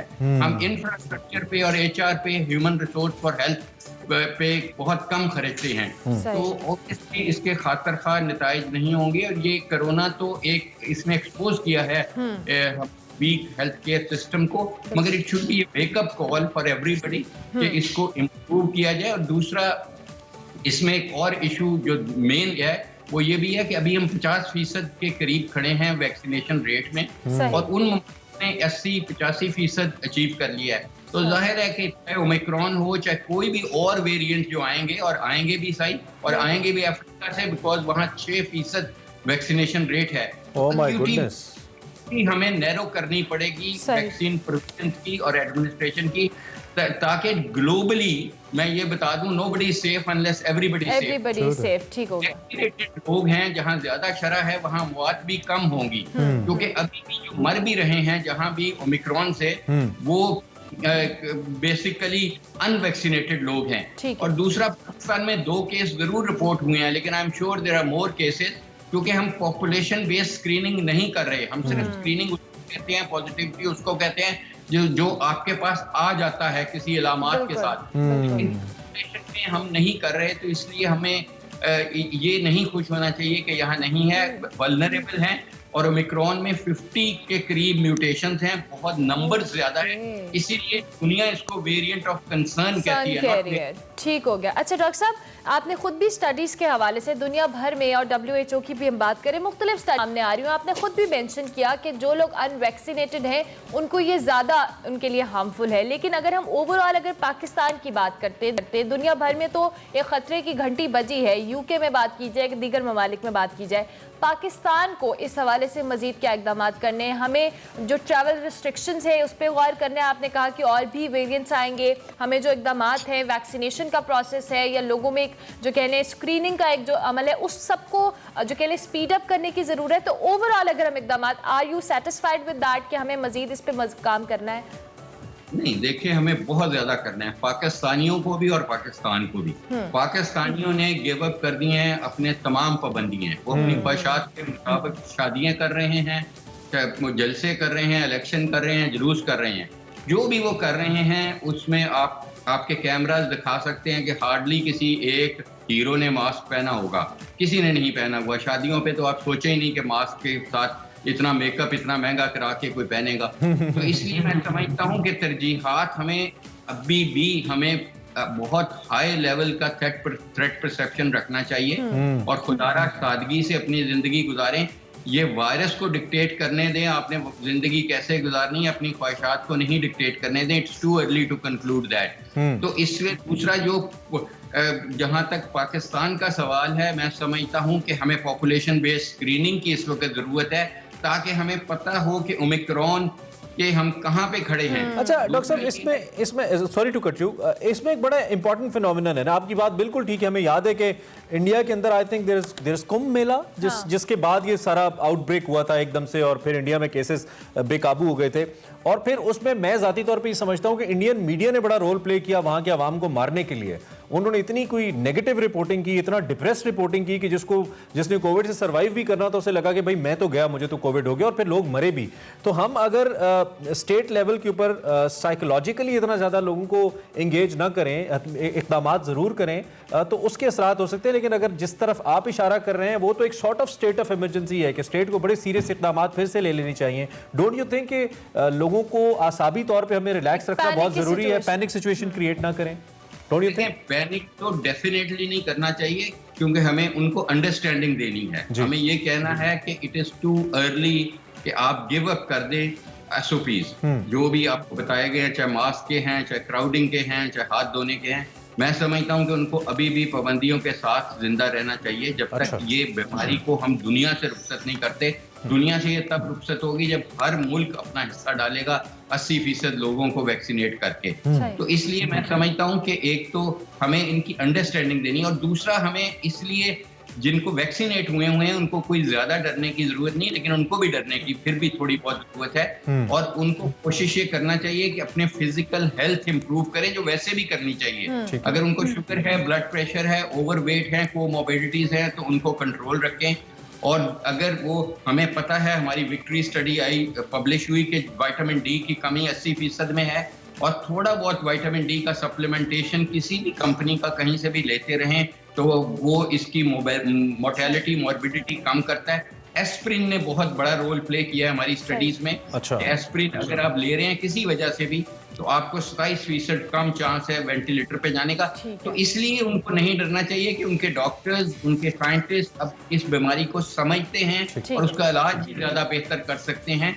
लेकिन फिर भी मैं समझता हूँ कि एक जान का जाना है, इंसान और एहतियात ही वाहिद जरिया है। ठीक हो गया doctor Javed Akram, thank you very much doctor साहब कि आपने इतना इंपॉर्टेंट और इतना इन्फॉर्मेटिव, आपसे जब भी हमारी डिस्कशन होती है कोविड को लेके आप बहुत बेहतर फैक्ट बेस्ड, डराते भी बहुत अच्छे तरीके से। Thank you very much doctor साहब, बहुत शुक्रिया। जावेद अकरम हमारे साथ मौजूद थे, ओमिक्रॉन कोविड के हवाले से बात कर रहे थे। यही कह रहे हैं कि आपको एहतियात अभी भी करनी है, दुनिया भर में ये खतरे की घंटी बजा चुका है। इससे पहले कि पाकिस्तान के लिए एक पैनिक किसी सिचुएशन हो, हम पहले इकदाम कर लें, पहले ही एहतियात कर लें ताकि हम बच सकें। और जो लोग वैक्सीनेशन नहीं करवाए प्लीज वैक्सीन करवाएं। ब्रेक लेते हैं जी, ब्रेक के बाद हाजिर होंगे, देखते रहिए Expresso. Welcome back to Expresso. अब बात करेंगे कुछ मौसम के हवाले से। तो मुल्क भर में सर्दी अपने जोबन पर है, खून जमा देने वाली सर्दी की लहर जारी है। कई शहरों में पारा मनफी भी हो गया है, लेकिन जो फजाई आलूदगी है इसके हवाले से हम बात करें तो उस पर भी इधर इतनी ठंड भी नहीं है कि आप फिसलना ही शुरू हो जाए अमला से। अच्छा बताइए बताइए। आलूदगी बहुत ज्यादा है और भी बताइए। लाहौर पहले नंबर पे है, 431 एयर क्वालिटी इंडेक्स है और उसके साथ साथ हमने बर्फबारी के हवाले से तो आपको सुबह बताया था, सवात में बर्फबारी हुई है और पंजाब के मैदानी इलाकों की बात की जाए तो शदीद धुंध और स्मोक पड़ने का इम्कान भी है। तो अच्छा बारिशें कब तक मुतवक्के हैं, इस पे हमने बात करनी है और खुश्क सर्दी से क्या हमारी जान छूट सकती है नहीं। हमारे साथ डायरेक्टर महकमा मौसमियात सरदार सरफराज साहब मौजूद हैं, जब भी उन्हें मधु तशरीफ लाते हैं आज भी हमारे साथ हैं। साहब थैंक यू वेरी मच, सुबह खैर आपको। कोई अच्छी खबर बारिश के हवाले से पहले दे दें अगर है तो साहब। जी वालेकुम अस्सलाम, बहुत शुक्रिया जी। है अच्छी खबर इंशाल्लाह, ये 24-25 दिसंबर से एक वेस्टर्ली वेव का सिलसिला दाखिल होगा पाकिस्तान में। अच्छा। तो उस उम्मीद है कि उससे अच्छी बारिश हो जाएगी, खासकर शुमाली बलूचिस्तान और बलूचिस्तान के तो सेंट्रल डिस्ट्रिक्ट्स में भी और शुमाली में भी, इसी तरह से ऊपर केपी के जो पहाड़ी इलाके हैं वहाँ पर बर्फबारी भी और बारिश भी, और कश्मीर में भी। तो ये एक वेव है, बल्कि दो हैं, आगे पीछे समझ लें, दो वेस्टर्ली वेव हैं। एक आध 2 दिन के गैप से फिर ये अगला दिसंबर के आखिरी दिन और फिर जनवरी के शुरू के दिन, तो अच्छा वेदर आएगा इंशाल्लाह। अच्छा अपना टाइम आएगा इसका मतलब है। तो सरदार साहब वैसे कल मैं एक रिपोर्ट पढ़ रहा था ग्लेशियर्स के हवाले से कि ग्लेशियर्स इतनी बड़ी मिकदार में पिघल रहे हैं कि आने वाले वक्त में शहर सुनामीज का शिकार हो सकते हैं, इस तरह की एक प्रेडिक्शन की गई थी। एक मैं लिंक पढ़ रहा था कहीं पे। तो अभी जो ये जो स्नोफॉल हमारी जारी है जो ऑब्वियसली ग्लेशियर्स को बढ़ाने में हेल्प करती है, ये अच्छी स्नोफॉल है इसको हम कह सकते हैं या ये मुकर्रर मिकदार से कम है, इस हवाले से हमें बताइए। नहीं, ये अभी तो कोई इतनी खास अच्छी मतलब मिकदार में नहीं हुई है, कोई हल्की फुल्की हुई है, वो भी ज़्यादा ऊंचे जो पहाड़ हैं उन पर। तो देखें अगला जो सिस्टम, अगला जो स्पेल है उसमें कुछ उम्मीद है कि अच्छी स्नोफॉल हो जाएगी। तो ये तो at the end of the season यानी मार्च के एंड पे पता चलेगा जबकि जी ये ओस से कितनी कम रही है। जैसे पिछला साल भी आपको याद हो तो उसमें खासी कमी आई रही थी, मेरे ख्याल में 40 to 50% लेस हुई थी एवरेज से स्नोफॉल पिछले। अच्छा सही, ठीक हो गया। सरदार साहब ये भी बताइएगा, ये जो कराची शहर कायद वाले हैं इनको सर्दी एंजॉय करने का मौका मिलेगा या ये जो मौसम कराची में रहता है वही रहने वाला है? नहीं, पिछले 4-5 दिन से अच्छी सर्दी पड़ रही है कराची के लिहाज से। अगर हम बात करें तो 9 डिग्री तक टेम्परेचर गिरा है। अच्छा।